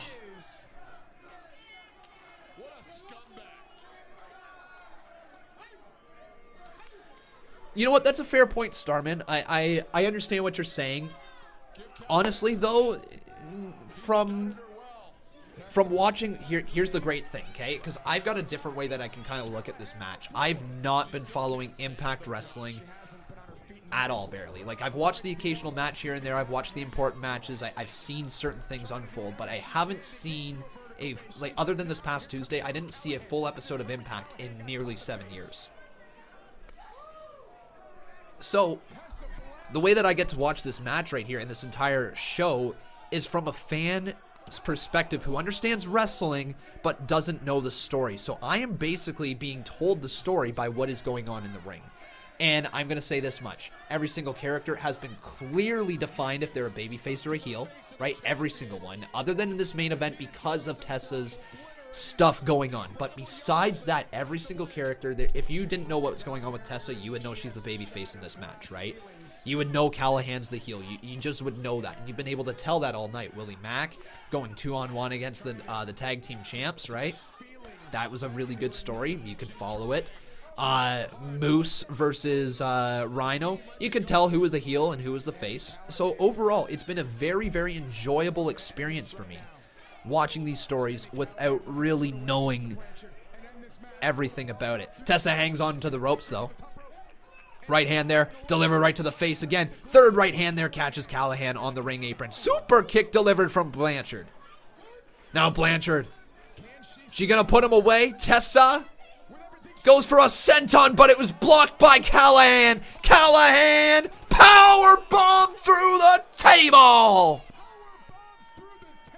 Tessa is done. And what's that? It's Same Demirio. Thank you very much for following me on Twitch, my friend. We got 70 viewers, everyone. Make sure you drop a follow as well if you'd like to see your name pop up on the top right-hand side of the match card screen. Make sure you guys drop that follow. Everyone watching on YouTube, make sure you're subscribed to see your name pop up on the top left-hand corner, and continue to smack that like button and drop those super chats if you enjoy what I do. But there you go, man. Sami Callihan has his hands on his ears, begging the crowd to just give up on Tessa. Count of 9. Tessa gets back in the ring just in the nick of time. But now Tessa rolls back to the ring apron. Notice how that championship, the world championship, is right by the face of Tessa Blanchard. Wow! Callihan screaming out, "Fuck you too, bitch," at one of the people in the crowd. Now, he's going to try to rip up the mats, the protective mats that are put at ringside.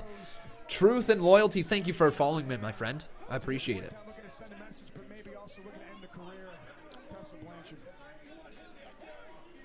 Ooh. Well, there you go, Daddy. You do you. Tessa standing back up, though. Is Tessa not giving up? Tessa digging down deep, as now she stares deep into the soul of Sami Callihan. Right hand there from Tessa Blanchard, and Callihan eats that one. Oh, a chop across the chest. Holy. Tessa spits back on the mat. And a right hand there to the face of Callihan. Thumb to the eye. Oh my God. Thumb to the eye of Blanchard. Don't do this. Oh, thumb to the eye right back to Callihan. And Tessa's throwing everything she's got. Callihan throws her right into the turnbuckle. Super kick from Blanchard. Oh my. Tessa, what's she thinking? Tessa! Oh, Magnum! Magnum right off the top rope, and down goes Callihan. My goodness, ladies and gentlemen. The Magnum, but the injured knee of Tessa. She can't capitalize on this. Oh, Tessa's writhing in pain right there.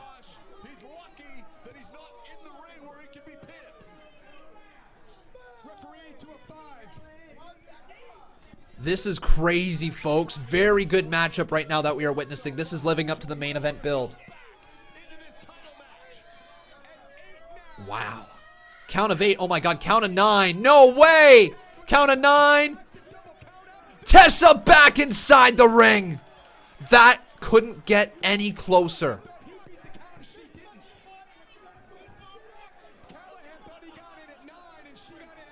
Holy crap, man. What a match.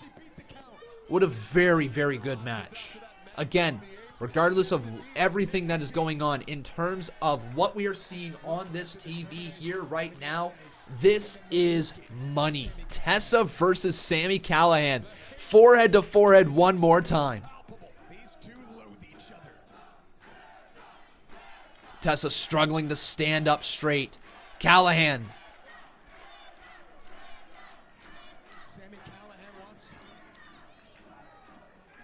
Tessa, right hand to Callihan. Now it's time to see if Sami's going to bring that equality that he promised and punch her right in the face. Is Callihan gonna do it? No, he chops her down instead. Callihan electing for a chop. We, thank you very much for subscribing.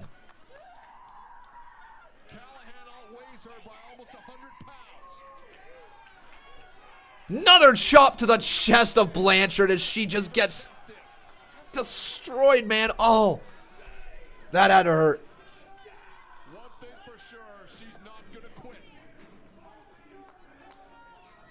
It really did there. Brad Ford is NXT. It really did, buddy.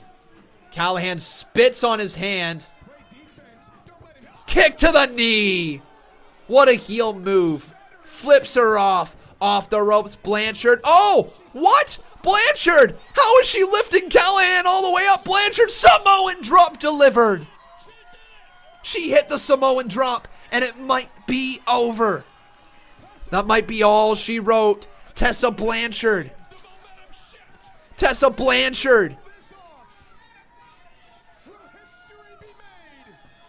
Tessa running to the corner, but a big boot from Callihan lays her out. Super kick to the leg, though. Callahan's exposed. Callahan's exposed. Oh! Double knee off the top rope. 2. Callihan kicks out. That was so close, man. That was so freaking close.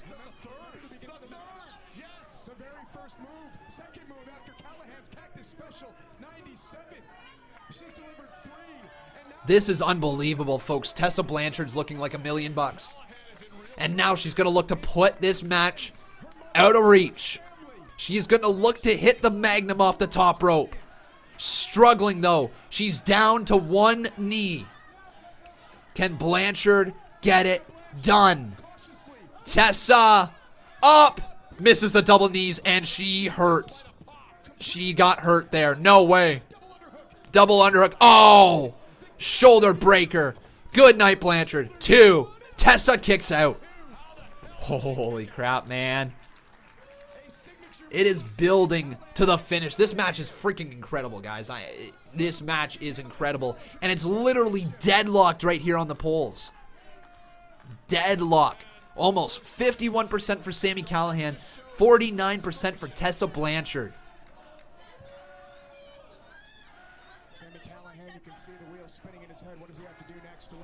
Wow. Now we get back up to our feet. Slowly. Forearm to the face of Tessa, and she just about got knocked right out. Forearm right back to the face of Callihan. Step up boot catches Blanchard. Carl Michael Harrington, thank you very much for subscribing. Right hand delivered again to the face right there. Going for a German delivered. Blanchard is done. But Blanchard is up. What the hell? Blanchard just rising from the dead. And now Blanchard wants to become the Impact Champion. She has a boot right to the face there. Steps through. Oh, cutter delivered. Come on there. Tessa, you got this. 1, 2. Tessa. Oh, my God. Oh, my God. I'm letting you guys know right now. I am going to pop for Tessa's win. All right. If this happens, I am going to pop for Tessa's win. Tessa Blanchard has a chance to make history here tonight. Tessa's got the chance, and it almost happened right there off the cutter. But Callihan kicked out at 2.5. Remember, leave a like on this video. Also making sure you are subscribed and that you are following the channel, whether you're following on Twitch or making sure you're subscribed on YouTube. This is the place to be for wrestling live reactions. Impact Hard to Kill tonight is proving why exactly Impact has not gone away. You have characters that people get invested in. You have storylines that make people want to see your product. Keep it up, Impact. 2020 could be a hell of a year for you. But now take a look at this. Sammy back up to his feet, kick to the midsection. No way. Oh my God. No. Power bomb delivered. What a freaking submission.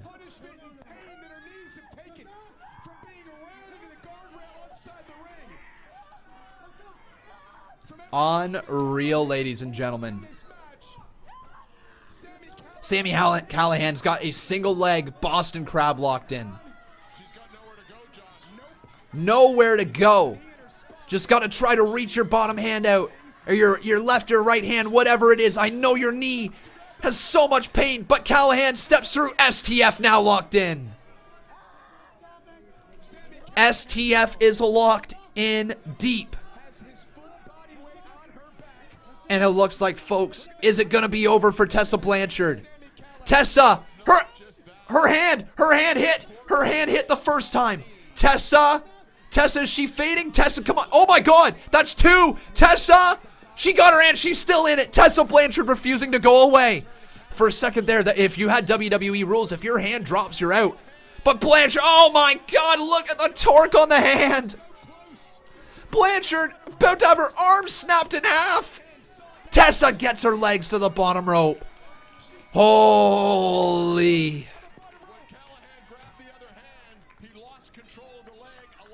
Lane, thank you very much for subscribing. Welcome to the channel, my friend.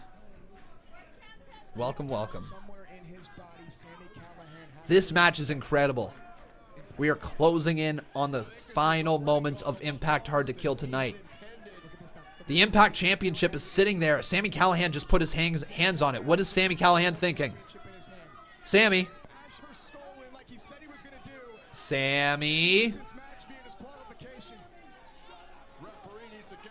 What the hell? Sami Callihan just spat on the ref. Now Sami Callihan, the championship gets taken out of his hands. He says, I'm sorry. What the hell? Are those brass knuckles? Those are brass knuckles. Oh, low blow. Low blow. Blanchard's going to do it. Oh, my God. Blanchard's going to do it. Tessa's going to do it. We're going to see history. We're going to see history right now. Ladies and gentlemen, Tessa Blanchard looking for Magnum, looking to become the Impact World Champion. Here she goes. Magnum delivered. Good night, Callihan. 2. No. Kick out by Callihan, but turns right into the submission. Blanchard's got it locked in. She's got it locked in deep. Oh, my God. Goes for the tap. Callihan almost just tapped out, but he's not done yet. Callihan trying to lift her up. The dead weight of Blanchard. The dead weight of Tessa Blanchard. Lifted back up to a vertical position. Callihan is biting her. He's biting her. Oh, my God. Texas driver. It's over. Callihan's going to do it. 2. Blanchard kicks out. Are you freaking kidding me? Oh, my God. Oh, my God. It's not over yet. It is not over. Tessa's still alive. How? Oh my God, this is absolutely amazing. What a freaking match. Folks, we need to join in on the chant. This is awesome. This is awesome. This is awesome. Unbelievable match.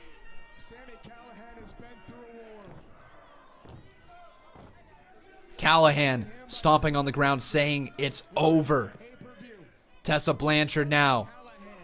Thumbs up, thumbs down. Oh, Blanchard, jackknife cover. Tessa, 2. Callihan kicks out at 2.5. Oh, my God. Dennis Manson, we are watching wrestling. I hope you know that as well, my friend. So, no, I will not calm down for a live reaction stream that most people are loving my reactions to. Let's continue on. Right hands there from Tessa Blanchard. Some more right. Oh, Callihan spits on Blanchard. I hope Blanchard doesn't spit back. Oh, finger right to the face. Blanchard, is she going to spit back? I hope that's not. That would be very, very poor timing. Anyways, right hand's there over and over again. Off the ropes. Blanchard just got kicked in the face. Off the ropes again. Blanchard. Oh! Oh! Canadian Destroyer pulled out of nowhere. Come on, Blanchard. She's going up. She's going to freaking win. Oh my God, this is the moment. This is the moment. Here it is. Right now, Blanchard. Oh, she hit it again. Panama Sunrise. No way. Thumbs up. Thumbs down. Blanchard. Blanchard. Hammerlock DDT. It's over. 1, 2, 3. Oh my God, they did it. History's made. History's made. We got a new Impact World Champion, and her name is Tessa Blanchard. History was made.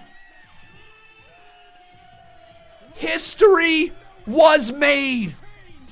Regardless of everything that is going on, the history books will now say Impact Wrestling has their first ever female world champion. Tessa Blanchard, you have done it. She did it. Tears streaming down her face. She freaking did it. Oh my. Hang on. Eddie Edwards comes out, cashes in that thing that he won, or that he has earlier. Call your shot, just heel turn. Cashes in on Tessa, takes her out. Oh my, folks.